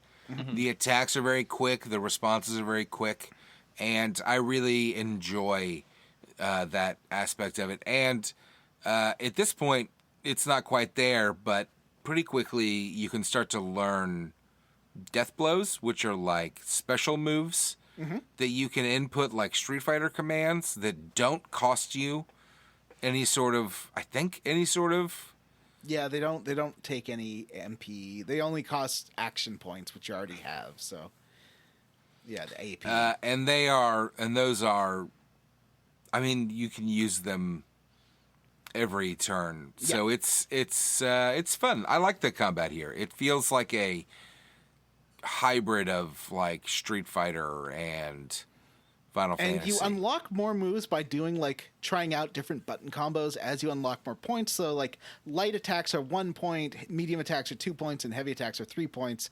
And so like first you start out with 3 points, you can only do either 3 1s, 1 1 and 1 2, or 1 3. But then as you get more points, you can do more combos. If you keep trying different ones, you unlock different death blows. So that's why the game's like, don't just stick to hitting X. You got to use all of them so that you learn different moves. The game, if you go to, It's also a little more unforgiving in regards to some of that stuff. Like if you just focus on your heaviest attacks, you'll miss a lot. Yep. Yeah, because it has less accuracy than the light ones. Which is a bit like Chrono Cross kind of had a similar setup. Yeah, this felt like Chrono Cross, yeah. One thing, if you go to the combat tutorial house in the opening village, there is because a lot of the team that made this is the team that made Chrono Trigger. What's her face shows up. Luca is there. And I can't believe I missed that. That's super cool. She does reference like monkeys from Chrono Trigger, which is how you know she's there. This is tough for you because... What do you mean the monkeys, like from the prehistoric era? Yeah, she mentioned some kind of enemy from Chrono Like the Trigger. apes? Ooh, that's so cool. Yeah. It's nice to think of her doing this before she gets killed in like a nice fire. to think of her as not dead. Not stabbed by that. No, she burned to death in an orphanage, I thought. In an orphanage fire. Oh, okay. Yeah, well, that's great. Well, Jim, I think that's the story, but I think that later in the game we learn that more happened. Yeah, you're right. Yeah. Yeah, I think she was stabbed by Lynx or someone. Yes. Yeah. What a great game, man! That thing is out now. The remaster's out, and woof. Like I know that I don't have a turn on the bonuses for a while, but y'all better get prepared because I think I want to play that. I think I want to play that game again. We don't have to finish it, but all right. So anyway. We fight Lynx, and we turn back into Chrono. Holy shit. What an amazing game. We should talk about Tetsuya Takahashi. He is the guy that made this game, and he also worked on Final Fantasy 5, 6, and Chrono Trigger, and he was the one who was director of this and went to go found Monolith Soft, who did all the Xenosaga and Xenoblade games. Okay. Later. Oh, cool. So he's the Xeno man. I mean, He that's also- the tie. I don't think that Xenogears Xeno, bro. actually ties into those games, right? I honestly don't know. And listeners, if you know any, I know that there is at least one character that crosses over between Xenogears and Xenosaga, who I believe is Cosmos. I believe is in both games, but I don't know Yeah. about Xenoblade. Cosmo, the dog from the Marvel Guardians of the Galaxy series. One thing The that's dog neat in the is, astronaut Cosmo the suit. space dog. Yep, Cosmo the he Space Dog. created Thank you, the Jim. Xenogears with his wife. This is like Yep. a husband and wife game, which is I don't know. That's Oh, cool. like Sierra Games had a lot of husband and wife working together stuff, but I haven't heard of that really outside of. So far, this game is pretty fucking good. That's my take on it. By the end of this episode, this game is, I like it a lot. It's good. The art is by Kunihiko Tanaka, who is a manga artist. And he's done some other stuff like the character concepts for Key the Metal Idol and wrote the manga for Ruin Explorers, which I don't know anything about. He's also done he did the character designs for Sands of Destruction, which I talked about in our group chat, because it actually has a lot of the team, and it has the combat from Xenogears, but it's a DS game, and it's like, imagine if Xenogears was like a furry game. It's basically Sands of Destruction. It's kind of neat. I liked it. I like that. Yeah. So back to Xenogears. Where were we? Oh yeah, we were talking about. So that's where you sort of can get the combat tutorials. It's like an old Final Fantasy game in that way. Remember, like in the old Final Fantasy games, you go into like a room when they explain all the battle mechanics. Yeah, like you can talk to Mog and he'll be like, "Hey, here's how to play the game." Yeah, or that room, that weird house in Final Fantasy VII by the Seventh Heaven bar, where they sort of explain all the combat too. Or in Final Fantasy VI, there's that one in Narsh where they explain the combat. And 4 had What a that too. weird idea to be like, we'll insert a character 20 hours into the game that'll explain to you how to do the combat you've been doing this whole time. Well, there's not. They're usually like the first village, right? Like, I mean, okay, I guess you know what? Final Fantasy VII is probably the latest one because it's an hour into the game where you get to that place, right? Like after you do the whole explosion. Yeah, I like the combat. I like the combos. It feels really good. I feel like the Tales games have some similar ideas, but I like how this one does it better than the Tales games. I don't know. There's something I that wish reminds me of that. it. I wish that it's not as live action as the Tales games, but As much as I hate walking around this game, I think the combat is great. So that's a good balance. Because like when I first started playing this game, I was messaging Matt. I was like, I hate this, Matt. I hate walking around. I hate the camera. I hate everything about moving around this game. And I do. you're caught up, right, to the Yeah. end of the chunker. Yeah. I did the chunker. Well, let's save the talk about the goddamn terrible platforming until we get to it in the game, right? Let's get into it. Yeah, so you go through this this cliffside, and you have to jump, and there's a kid that's like, oh, this collapsed, so you'll have to jump, and you have to do a running jump, and which doesn't work very well. No, So it does let's not talk about the work very well. platforming. It's bad. It's bad. It reminds me of Mario RPG in that it's not good. And it's I had bad. an easier time with Mario RPG than this one, for whatever reason. I think it just. Do you remember that controls first better. level in Mario RPG where you have to platform up a bunch of mushrooms? And I think that we all were like, it's hard. Like you have to like. I think we all struggled with that, and this game reminds me of that. Like it's, you just have to redo shit over and over again, not because you fucked up, but because the only way to get through it is via trial and error, because the platforming is terrible garbage, right, Jim? He's not here. Right, John? Oh, right.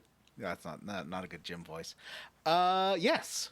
So you head up the cliffs and you get to Dr. Saitan Uzuki's house. Did you notice, did you find the chicken who like lands on your head? And No. I didn't realize you're supposed to steal its egg to get like a bonus cutscene where Midori and Yui. I gotta be honest with you. make I don't food want for you. any bonus cutscenes like this. It's enough. But it is pretty funny when a chicken lands on your head and is angrily pecking at you to make you drop its egg that you pick up from its nest. I thought that was pretty funny.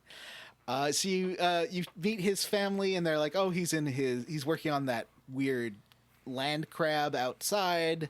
So you go to the land crab and he's like yelling at it and sparks are flying from it. He's like, this is garbage design. He's trying to reactivate a broken mech and he's like, oh, hey buddy, Marty. Like it's a real Marty moment, except he's like a young, suave, hip Doc Brown and not like Doc Brown as played by Christopher Lloyd. How would you pronounce his name? Saitan Uzuki? Saitan? What do you think? Okay. Would you go Sitan, Kaitan? I think in my head I was going Sitan, but you know, I don't know. It's not. I think they there's do no, say it out loud at some point, and I No wasn't good. paying attention.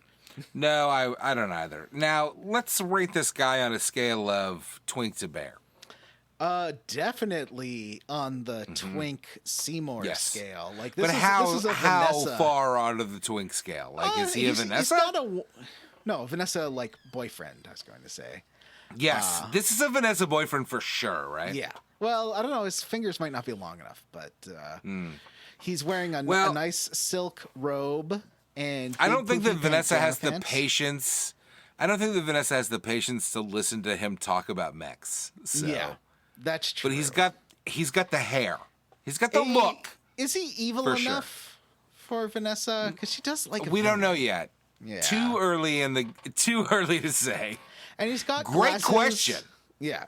He does have glasses. And side glasses on his glasses. His glasses have like a main lens and then like a side lens so he can see what's going on to the side. Oh, he I guess. does. That's so dumb. Mm-hmm. All right, that's just anime. That's just anime bullshit. So he's like, "Hey, I want to show you something in my workshop." And instead of a giant speaker that blows Marty McFly halfway across the room, he has a music box. Again, a speaker is kind of a music box, but this is more like a traditional it's, wind-up music box. Oh yeah, it is. It's like a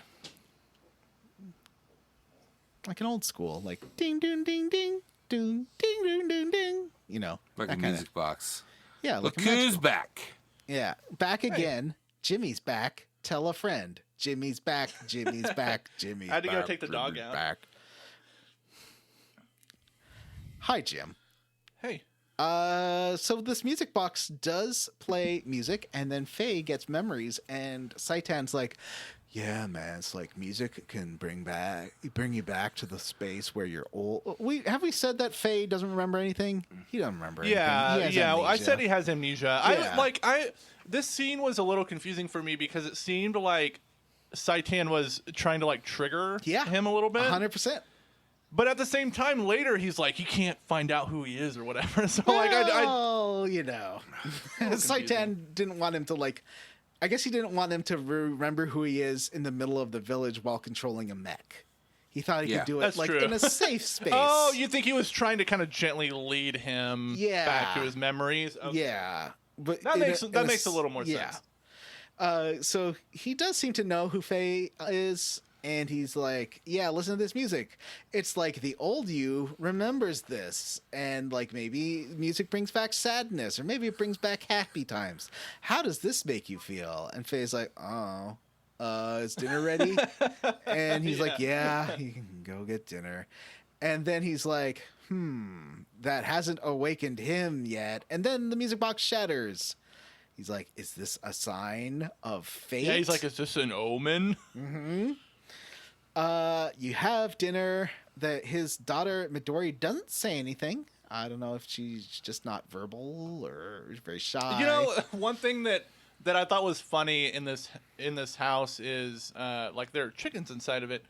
The sound effect the chickens make fills me with like an existential terror. It's like a small shriek I hate it. No, it's higher pitched and sounds panicked. Oh God. So you didn't get the scene where the chicken lands on your head out in the cliffs? No, I did not. This was my first chicken exposure. Okay. So you leave. You're gonna head back and bring the camera to Alice, and then you notice that there's these big mechs flying over you, some Gundams, and they start attacking the city. And he's like, Faye turns around, it's like, Citan, Chitin, Kitten. There's mechs attacking the city. He's like, yeah, that's real bad. Let's go help. So you run down, and Faye runs into Alice and Timothy, and they're like, where's Dan? And you're like, oh, thank God. He's probably dead. That's great. That little Chucky should get killed by mechs. Really, this is the best thing to happen. And then, but you find him, and he's like, "No, actually, I came back to get my sister's wedding dress. You know, the one that holds her giant boobs in place." Well, that's what Citan runs into Dan. Meanwhile, Faye sees an open Gundam and is like, "Ooh, maybe I could go in that Gundam," because he does get there's an anime cutscene. Gear. Sorry, yeah. Gundam. You do this anime cutscene. I thought was cool because like it flashes. You get like a little flash of him looking at somebody inside of a gear, and the person that it shows, they only have features in the bottom half of their face. Like they don't have eyes or anything above like their nose, and that was just so surreal and he's weird. got the kid has a creepy smile that he sees. Yeah, it's very cool. It also cuts to a swinging cross pendant, which seems to be like you see hypnotizing. that pendant a lot. It seems to, I don't know if it's like controlling Faye or it's a flashback to his mom or something. I don't know. But Faye gets into the gear and starts fighting, and Citan's like, no, don't. And when Citan finds Dan, Citan's like, oh yeah, Faye, he's inside that mech. And Dan's like, what? He's inside that monster? He's like, yes, Faye is bound by the dark, cruel destiny of God. What? Pardon? Well, when he gets in the mechs, they magically work for him. Yeah. He is like, he's instantly knows how to mech it. He's perfect. He's like a great Mary Sue who knows how to mech everything perfectly. Or Marty Sue, you know, let's not gender it. Mech it like mech 'em. And Matt, why don't you talk about the real shit goes down anime cutscene and combat here? Where first the gear you fight combat some mechs. is interesting. You instead of having action points, well, you have action points, but you also fuel. have like It's fuel. very confusing. You have fuel, but you can also do your like special moves, but not often. I think the action points. Is the fuel play your into health? this. The fuel is just like how long you, because you can like summon the mech in combat, but it'll only last as long as the fuel. The fuel is more something for later, I think, because you never. At least the whole time I played, I never ran out of fuel, but I think it is like a time and there's that for... boss later that sucks it out of you. Yeah, it does. But you can also you can lose a turn recharging your fuel too. That's right. You can regain 60 if you do the charge function.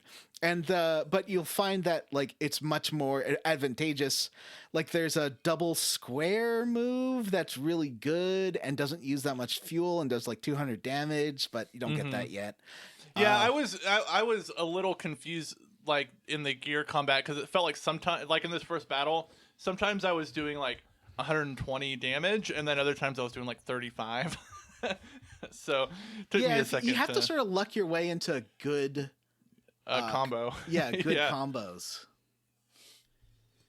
Let me see. I just want to copy something into the notes here. What I haven't copied is, let's talk about the gear. This one mech that he jumps into is kind of a big deal. It is called, well, you find out its name in a second. It's called Vital or Whitehall. I don't know what its real name is. It's spelled Welltall. I think it's pronounced... Oh, is it Welltall? Yeah. Oh, I thought it was an I. Oh, okay. No, it's Welltall, but I believe it's pronounced Veltol. Veltol. Yeah. It like a Gundam, a bluish Gundam with like a big back fin. Is how I put a picture in the notes. It's a cool. It's like a real 80s Gundam design. For sure. Mm-hmm. Or a Tranzor Z / Mazinger Z kind of design. What do you think of the Cool. mech design, Matt? Are you a big mech fan? Oh, I can't. It's I mean, it's no Neon Genesis Evangelion. It looks very Gundam, Yeah. but it's I fine. I mean, that's I what they're like- doing here. That's what this game is. I like the variety of these things so far in the game. Like, even this chunker, you see 4 or 5 different types of these, which is pretty cool. Yeah. There's the big burly ones, and there's like the kind big of- burly ones in the desert are my favorite. Yeah, those are the ones by Kiz or Ave. The ones I think the Yeah. ones we're fighting are Kislev ones. I don't know. I don't. There's like Kislev Special Forces, and there's Kimmy Gibblers Army, and Don't a forget lot about the going on. Gibblers. Yeah. So anime cutscene. Timothy is like running out, and Faye's like, "No, don't shoot him." He tries to get in the way, but it keeps cutting to this one shot. It's an in-game shot of a robot shooting, and it uses the same shot of that robot shooting like 50 times. It does. But then cut to anime cutscene. Timothy, not going to be a playable character because he is riddled with bullets. Mm-hmm. And then Faye is like, he gets mad. Riddle me this. And he does go, how do you say it? Super Saiyan or Super Saiyan? Super Saiyan. Saying, obviously. Saiyan? Super Saiyan. And he does melt Alice. Okay, and hold on. the I village? want to talk about this because, like, is this something that he did with the gear, or is Yes. this something that he did? He used like some kind of gear super attack. Some I kind of think. like gear function to do it. Yeah, I don't Okay. know. I don't know. Because I like haven't played so it's the- like I played the beginning of this chunker a couple times, once on my Vita and then once on my phone. And what when do you I prefer first playing it on? I like playing it on my phone because I can speed it up. But I find like playing it on the Vita was fine. But I did when I first played it, I thought like, oh, he did it. He's like a magic guy. And then when I watched it again, it seemed like it was something the gear was doing. So I was curious. I don't know. How you Yeah, guys interpreted I it. haven't got. This is. We'll talk about it next episode. I don't know. I haven't got that far in this game ever, so Yeah. I can't tell you. But he does. Yeah, I was shocked at even playing it now. I was like, oh yeah, he kills Alice. She just disintegrates. She is. I guess that plot doesn't go anywhere. Nope. And he didn't. kills the chief, I believe, and most of the villagers. And Not Dan, unfortunately. sadly, not Dan. And I believe it does cut to this guy, Creep. He's wearing a black shirt that's labeled Creep, and he's looking through the window, and he's like, yes, ha, Yes. yes. And Faye wakes up in the village. Saitan's like, oh, you're finally awake. All the villagers are like backing away from Faye. And he's like, what? Why are you backing away from me? Dan is mad because you melted his sister's bodacious jugs. Yeah, yep. His sister is now dust. There. It reminds you of a Red Dwarf joke about like, oh, you could go back. I want to save Kachansky's like, and the one character, I think the computer's like, there's not much you can do with Kachansky unless you want to need something to grit the path with. She's dust. Deuced. Yeah, so everybody's like, Faye, you should probably just go. Yeah, you should go. You murdered a lot of people, and our town is gone, so... And Saitan's Maybe- like, I'm going to stick around and fix up this mech, and I guess that's cool. And Faye's like, what? I don't ever want to see this mech. And then you go to the Black Moon Forest. Yeah, this is a short dungeon, but it's a frustrating one because you're having to like fight the camera the But whole Jim, time. there's a dinosaur. There is a dinosaur at the end of it. And That I was think cool. maybe the shittiest looking boss of any game we've played. The dinosaur? The dinosaur looks real bad. Like it doesn't just look looks good. like a Lego toy that It someone's does. bouncing. It doesn't even really move. Nope. It just kind of bounces. Its jaws. It does have opening and closing jaw action, but that's Yeah. about it. This is a terrible boss. But this is where Matt and I and you found the platforming, because you gotta like do some platforming to get up, and you can find like some items on a log, but it's really annoying to get there. Yeah. Yeah, so there's some like platform you can get, but the game makes you do the shitty platforming to get these bonus treasures, and it's never like a cool weapon or good piece of armor. It's like a healing item that gives it's you like 50 HP. A base potion. Oh, look, there's Flash. Yeah. Flash came up to see Jim. I just gave him a calming tablet. So he's Oh, gonna go to little sleep pretty soon. buddy. So you get through that, and you do run into a futuristic space lady who does look pretty out of place in this like kind Yeah, of medieval type town. She immediately wants to shoot you. Yeah, there is a little anime cutscene. Of course, it doesn't start at her face. The anime cutscene does start like at her legs and goes Yeah. all the way up. And she does have a gun pointed at Faye. And One thing I thought was cool about this cutscene is that she's yelling at Faye, but she's speaking another language at first. yes, So it's obvious that she's, like a foreigner. And then she eventually speaks English, which is what Faye speaks. And so, I thought that was just a good little tidbit to put in there. People from foreign countries do actually speak foreign languages, which is not Yes. something you see in these games a lot. and she's like, "I'm gonna shoot you. Don't come any closer." He's like a Batman or Bruce Wayne from that last crappy Batman movie. He's- do it, then do it. yeah, kill me, shoot me already. I don't want to live.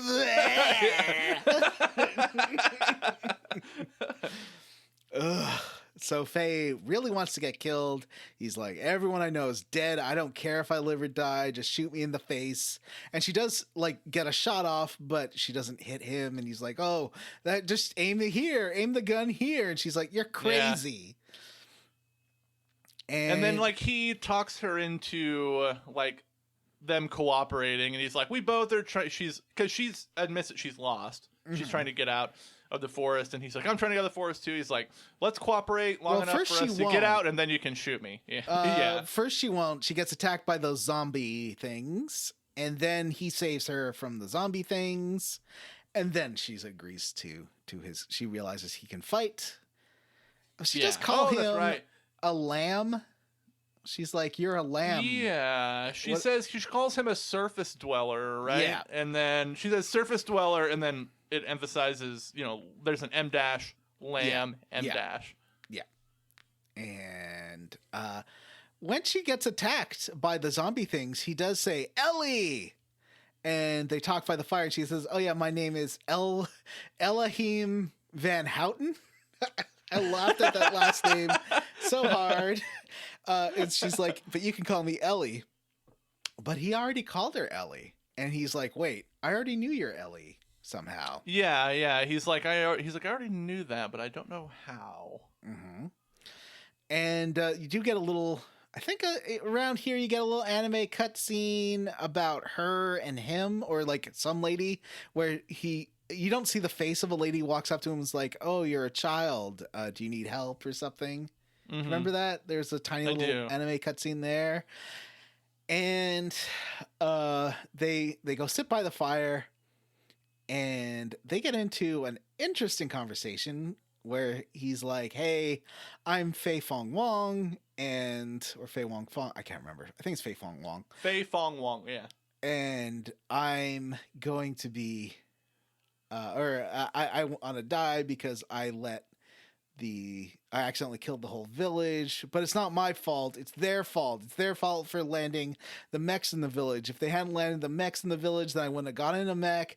And she's like, you get a little cutscene of her leading the group of mechs, and she's having mechanical difficulties and has to like crash land her mech in the village. Yeah, and then she just leaves it. Yeah, she just walks away because she doesn't want. I think she's being ordered to attack the village or something, and she doesn't want to. I don't know, because it's like it seemed.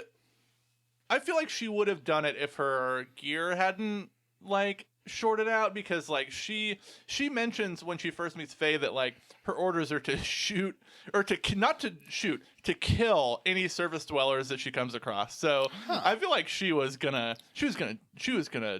kill everyone in this village looking for this gear. So she gets upset at him kind of blaming her. Well, he doesn't realize he's blaming her. And she's like, no, it's your fault. You got in the mech. You're the one that started the fight. If you hadn't got in that mech, none of this would have happened. And you're a coward because you're not accepting responsibility for what you did. And he starts crying. Yeah. And she's like, whatever, loser. And she just walks away. And that's where she fights. And has a moment. Yeah. Yeah, that's where she gets attacked by the world's worst looking dinosaur boss. Yeah. This boss does not look good. No. And it like really she zooms has in like on a its little scary mouth.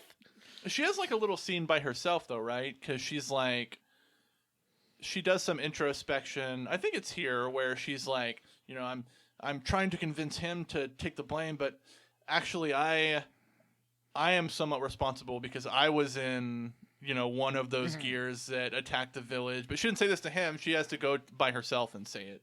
Right, and that's when the dinosaur attacks That's her. when the dinosaur comes, she's having a cigarette outside and thinking about things. I do like the fact that, and like in a lot of games, and granted this game is a little heavy-handed, but like they do talk about, you know, those more like emotional themes in a way that doesn't make me want to turn the game off. Yeah, that's true. Like it makes a lot of sense. It gives a lot of context to what they're saying and makes it a little more relatable. Well, I think that like part of it is Faye feeling bad for killing his whole village is a lot better than someone being just depressed. Which I don't know. Well, you know, okay. Real depression happens, and it's not always because you murdered a whole village. And I'm not saying in real life. I'm just saying, like, as a character thing in a game like this, everyone's motivations seem to make sense. But which it's, I like. You know, it's interesting because like they're both somewhat neither of them I feel like are totally responsible, but they're both somewhat responsible for what happened in the village, and the game is willing to kind of let them come to terms with that in their own way, which I think is cool. Until they get attacked by a dinosaur. Until those pesky dinosaurs show up. Mm-hmm. And Faye tries to fight off the dinosaur. Honestly, I was doing a pretty good job, but I feel like I was too. Saitan's like, hey, you're never going to defeat it on your own. And he's flying that dumb land crab, which is carrying Veltal the mech. And he's like, get inside the mech. And Faye's like, I don't want to get inside the mech. He's like, get inside the mech. And so he does get inside the mech. And he does defeat and you punch the dinosaur. And Saitan's really impressed with how good he punched the dinosaur. He's like, great job. That was some good punching.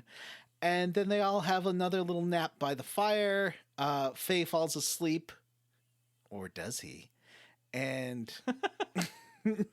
Saitan and her have a talk. And it's obvious Saitan is not who he seems. He seems to know a lot about her deal. And they both speak that other language. Yeah, that's how he outs her. Is he speaks her first language, and she's like, "Excuse me," and he's like, "I knew it. Is she from Gebler or Kiev or not Kiev? That's Ukrainian." He calls her an Abel, which is somewhere else.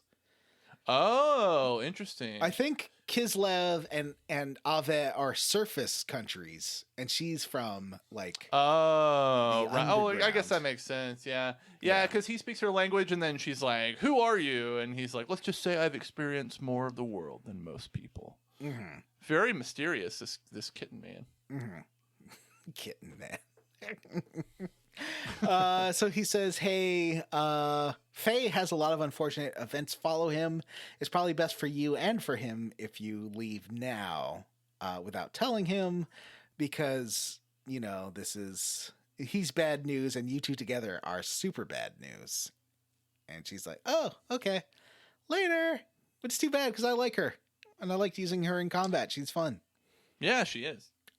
So she heads out, and then Faye's like, "Oh, so she's gone, huh?" And Kitten Man's like, "Well, how much of that did you hear?" He's like, "Oh, I woke up about halfway through," and he seems okay with the fact that she was the one who dropped the mech there.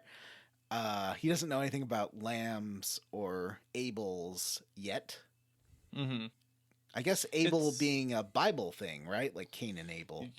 Cain and Abel, yeah. Mm-hmm. They were was it, I believe, one of... Sons though they were brothers, of and I think it Adam. was Cain that was responsible for the first murder. Yeah, he smashed Abel's head in with a rock.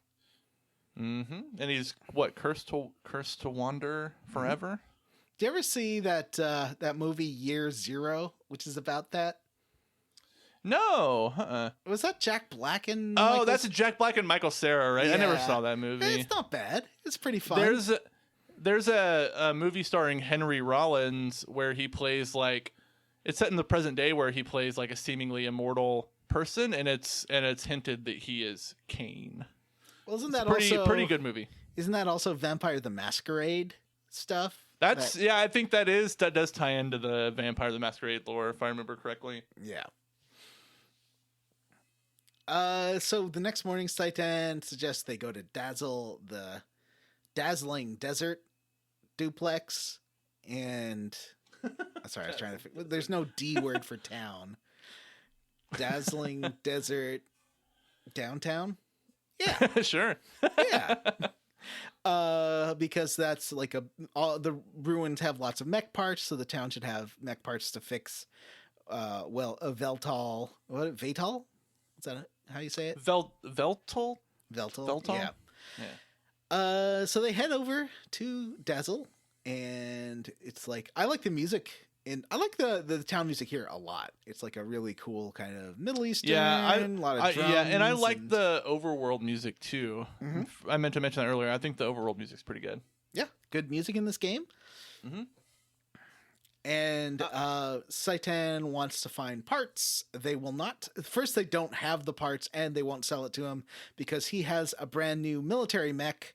They don't have the parts for a brand new military mech, and wouldn't sell it. They couldn't sell it to him even if they did. So he's like, "Well, I'll go get a buggy and see if I can excavate the parts from all these ruins instead." Mm-hmm.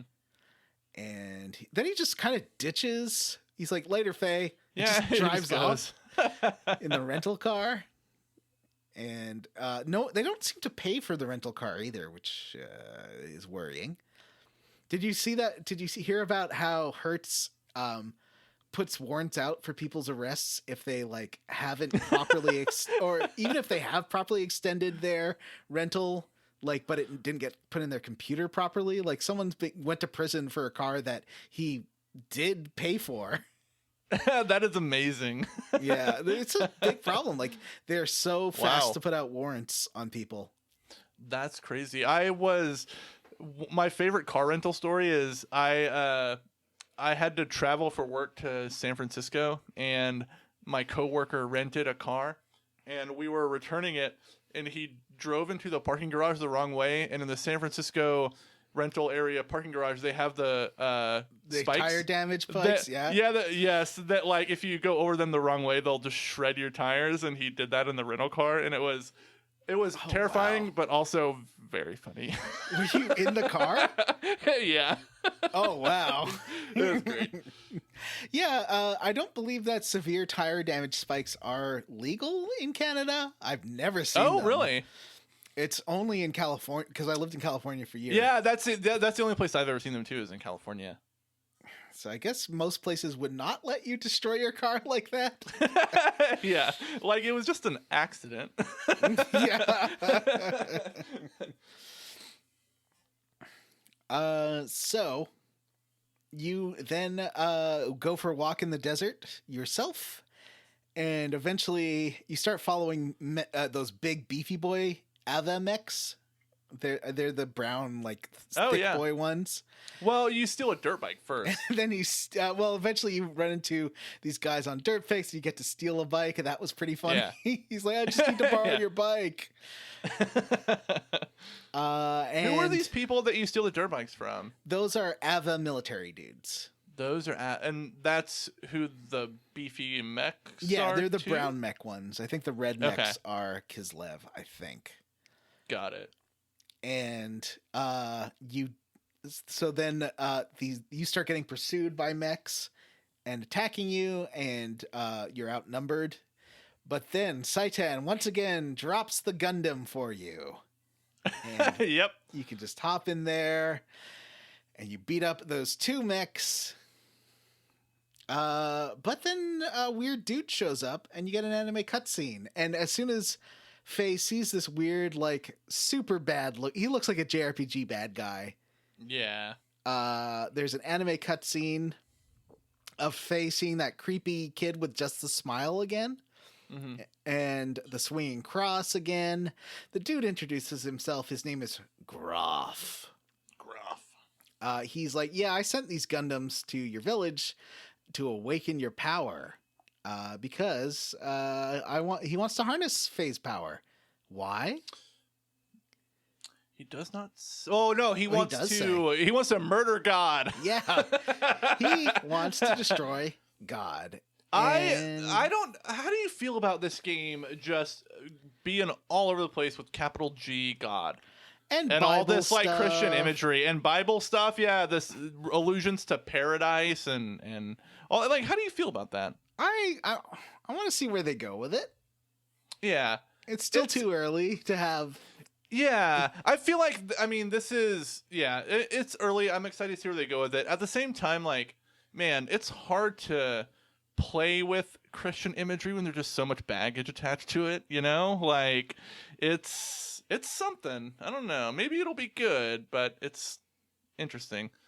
I think it does seem heavy-handed, maybe, but you know how it's whenever American or European people use Japanese or Chinese things, and they Yeah. always use the yin Or and Indian. yang. It's always, and it's so. I feel like it's that in reverse. It's this is what Yeah. it must seem like, where they're yeah, it's so steeped in weird Bible stuff, but kind of randomly selected Bible stuff. Yes, yeah. Mm-hmm. So I don't know. I don't know enough about. I know that this is the ultimate example of a fighting God JRPG. Yeah. So let's see. Let's put a pin in that and come back. Yeah. Maybe next time we'll have a bit more insight into the weird Bible stuff of this game. Yeah, I hope.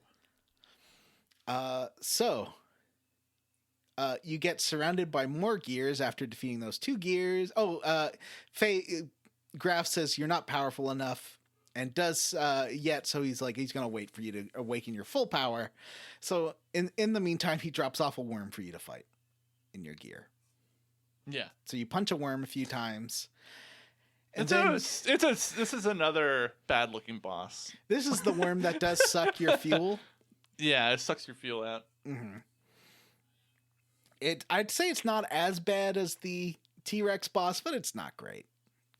And you after you defeat the worm, you're surrounded by gears. Saitan encourages you to give up, and you are arrested by Ave for stealing the Gundam that they stole from Kislev.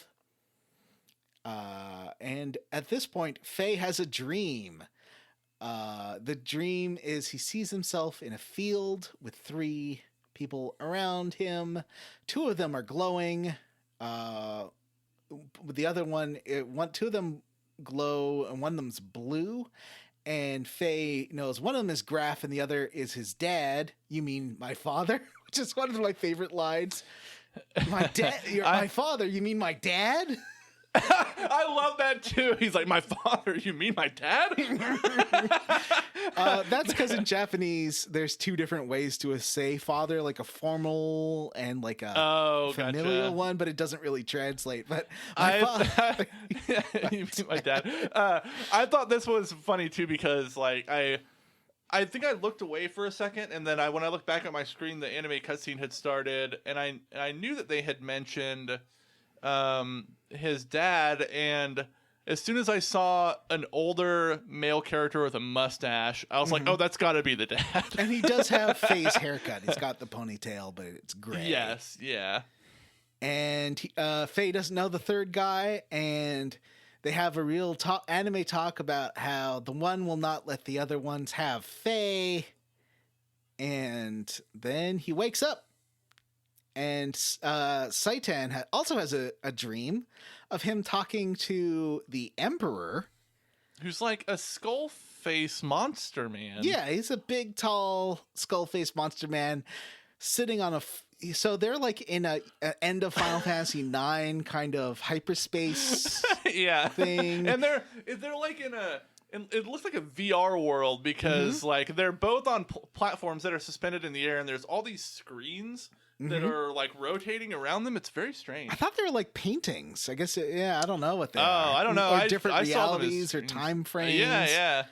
Very The Emperor says some weird stuff, but I quoted it. Here's the exact thing because, we need to know exactly what's going on. Yes. And every time he says things like gospel, there's those M dashes. So I'll try to like emphasize when there's M dashes. Yes, the gospel. We are the people who were expelled from paradise and forced to live on the cruel surface of the earth. We who fill this land will once again return to the presence of God in paradise and live there eternally. That is the time of the gospel.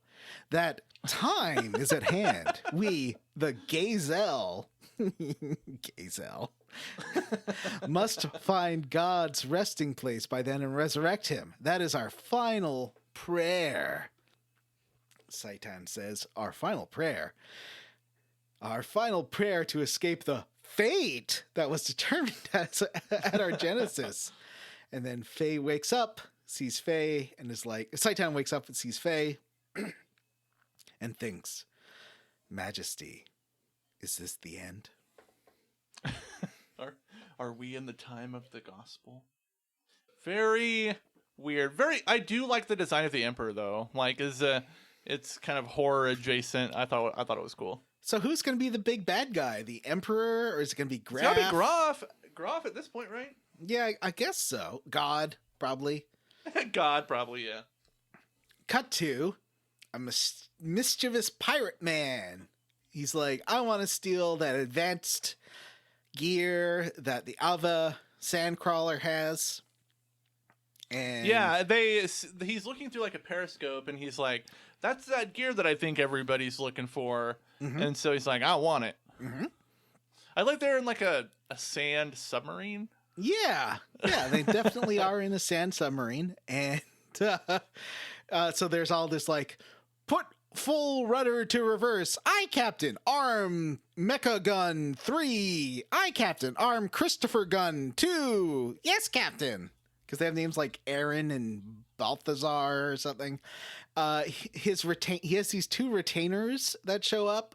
They're like old men who are like, young prince, you should not be doing this. And he's like, yeah, well, I'm going to do it anyways. Yeah. Yeah, this is the cool character. Yep.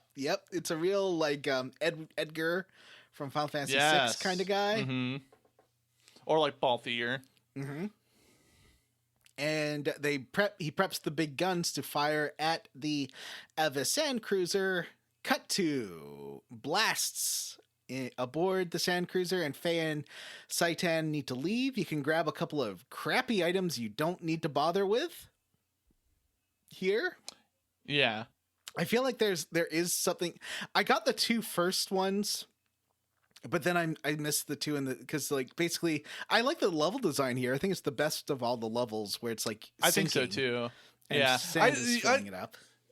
Going back a little bit, when we first got to the first town and we find the first merchants, I was pleasantly surprised that I had enough money to buy what I wanted without having to go out and grind. I did grind for like was nice. half an hour to get everyone leveled I did up. a little bit after I bought stuff because I was like, maybe I should like just spend like 25-30 minutes grinding. So the sand cruiser is sinking to the sand, and it is in, I guess, quicksand. I don't know. Well, there's more about you're quicksand like in a later. quicksand trap. Yeah. So you are rushing through this sinking ship. This is a pretty cool scene. It reminds me of something out of Final Fantasy VII. I do think. Here's my hot take. I think the pre-rendered backgrounds on PS1 work better than these 3D ones. I think like Final Fantasy 7 and 9 and 8, I guess, do this better than Xenogears. Yeah, I think so too.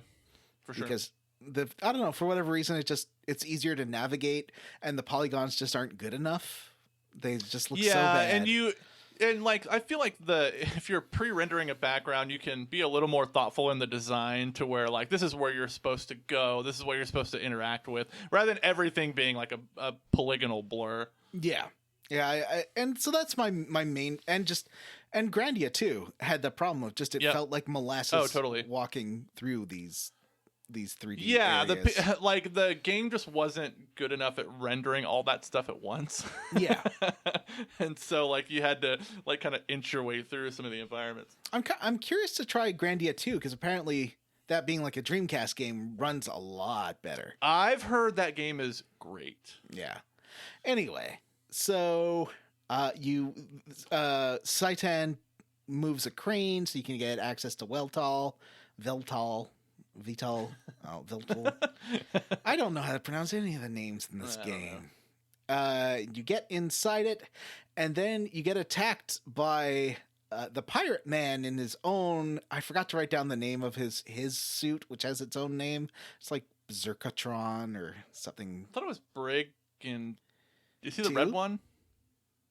Sorry, yeah, it's like a. Let me look at Bart's. Let me see. I have the thing open here. Brigand Anvari? Brigadier? Oh, Brigadier. Yeah, Brigadier. That's the name of his mech. So you get into a mech on mech fight. I like this. It doesn't. Yeah. You don't break his mech or kill him because as you're fighting, suddenly you two start sinking into the sand. Unfortunately, Saitan is not inside the mech. He has escaped the ship.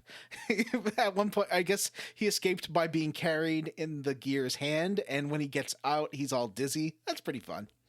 Yeah.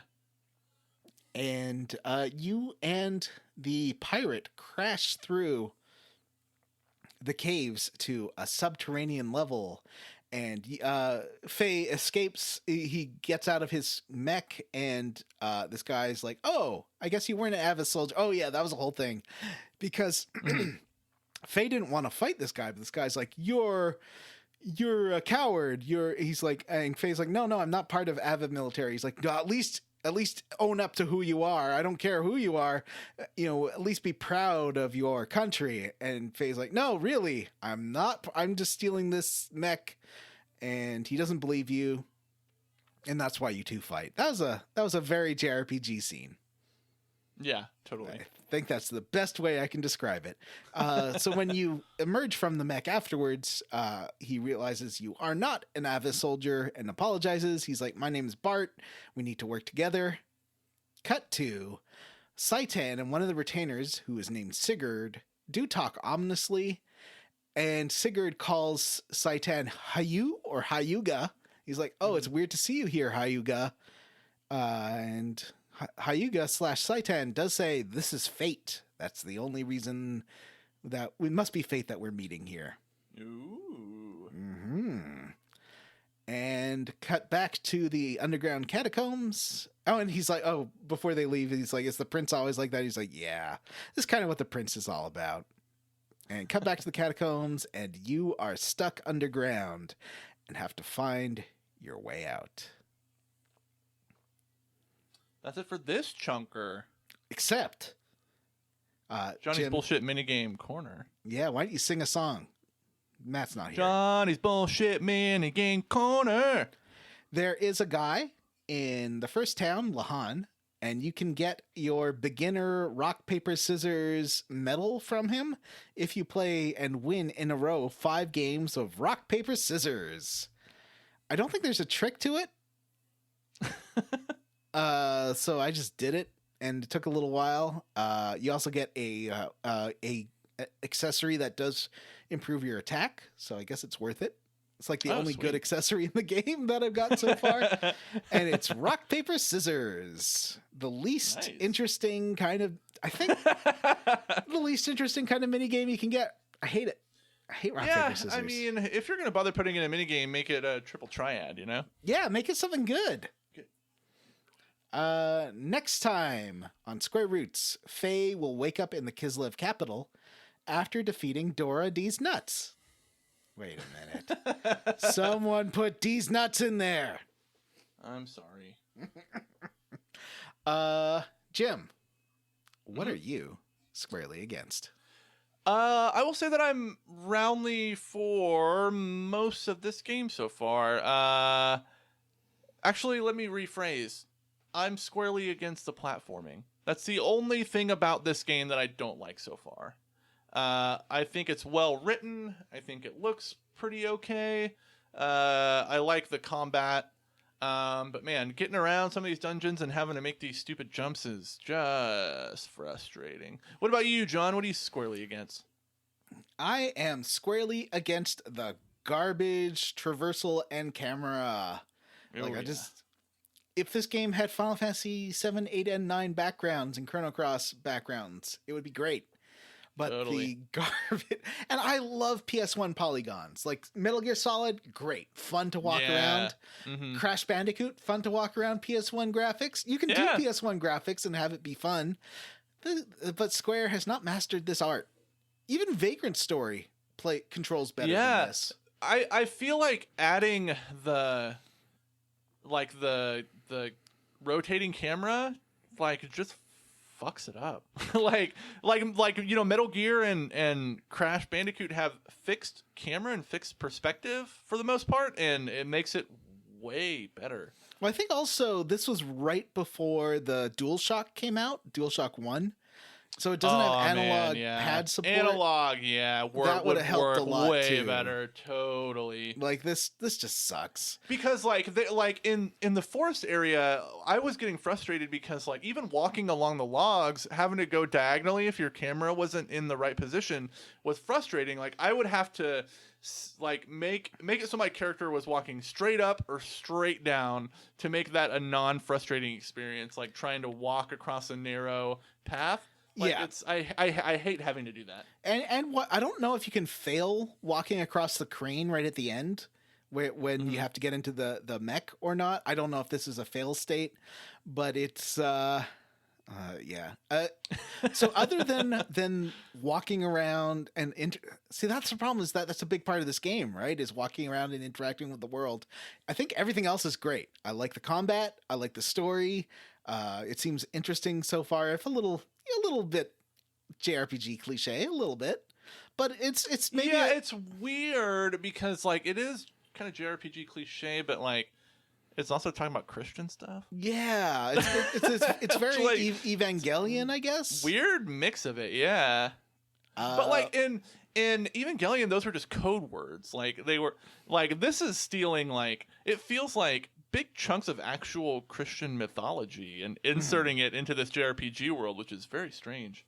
Yeah. I'm curious how a very Christian person, I know we have some Christian listeners. How do you feel about, do you feel, I know my mom hated if she saw us playing any game that used a cross on a church or any kind of Christian iconography. Oh, interesting. My mom hated that and would get very upset. So I'm curious how Christian people feel about the use of Christian mythology in these games.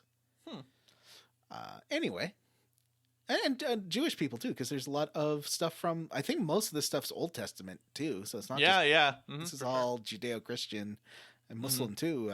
Has a lot of basis in the Old Testament too. It's interesting. I'm kind of curious where this goes.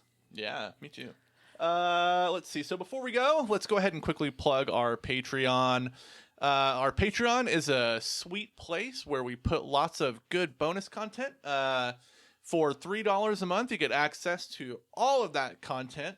We try to get at least one episode out a month. We're pretty soon going to be adding some regular Scare Roots episodes, which is kind of a horror-themed discussion that we have. We put some out on the main feed, but it's going to become a regular feature on the Patreon. And for $5, you get access to all that content, plus the ability to vote on the games that we're going to play, especially this year, the year of all votes. And so if you want to be a patron and help decide what games we're going to play for the show, you can sign up at patreon.com/Square Roots Podcast.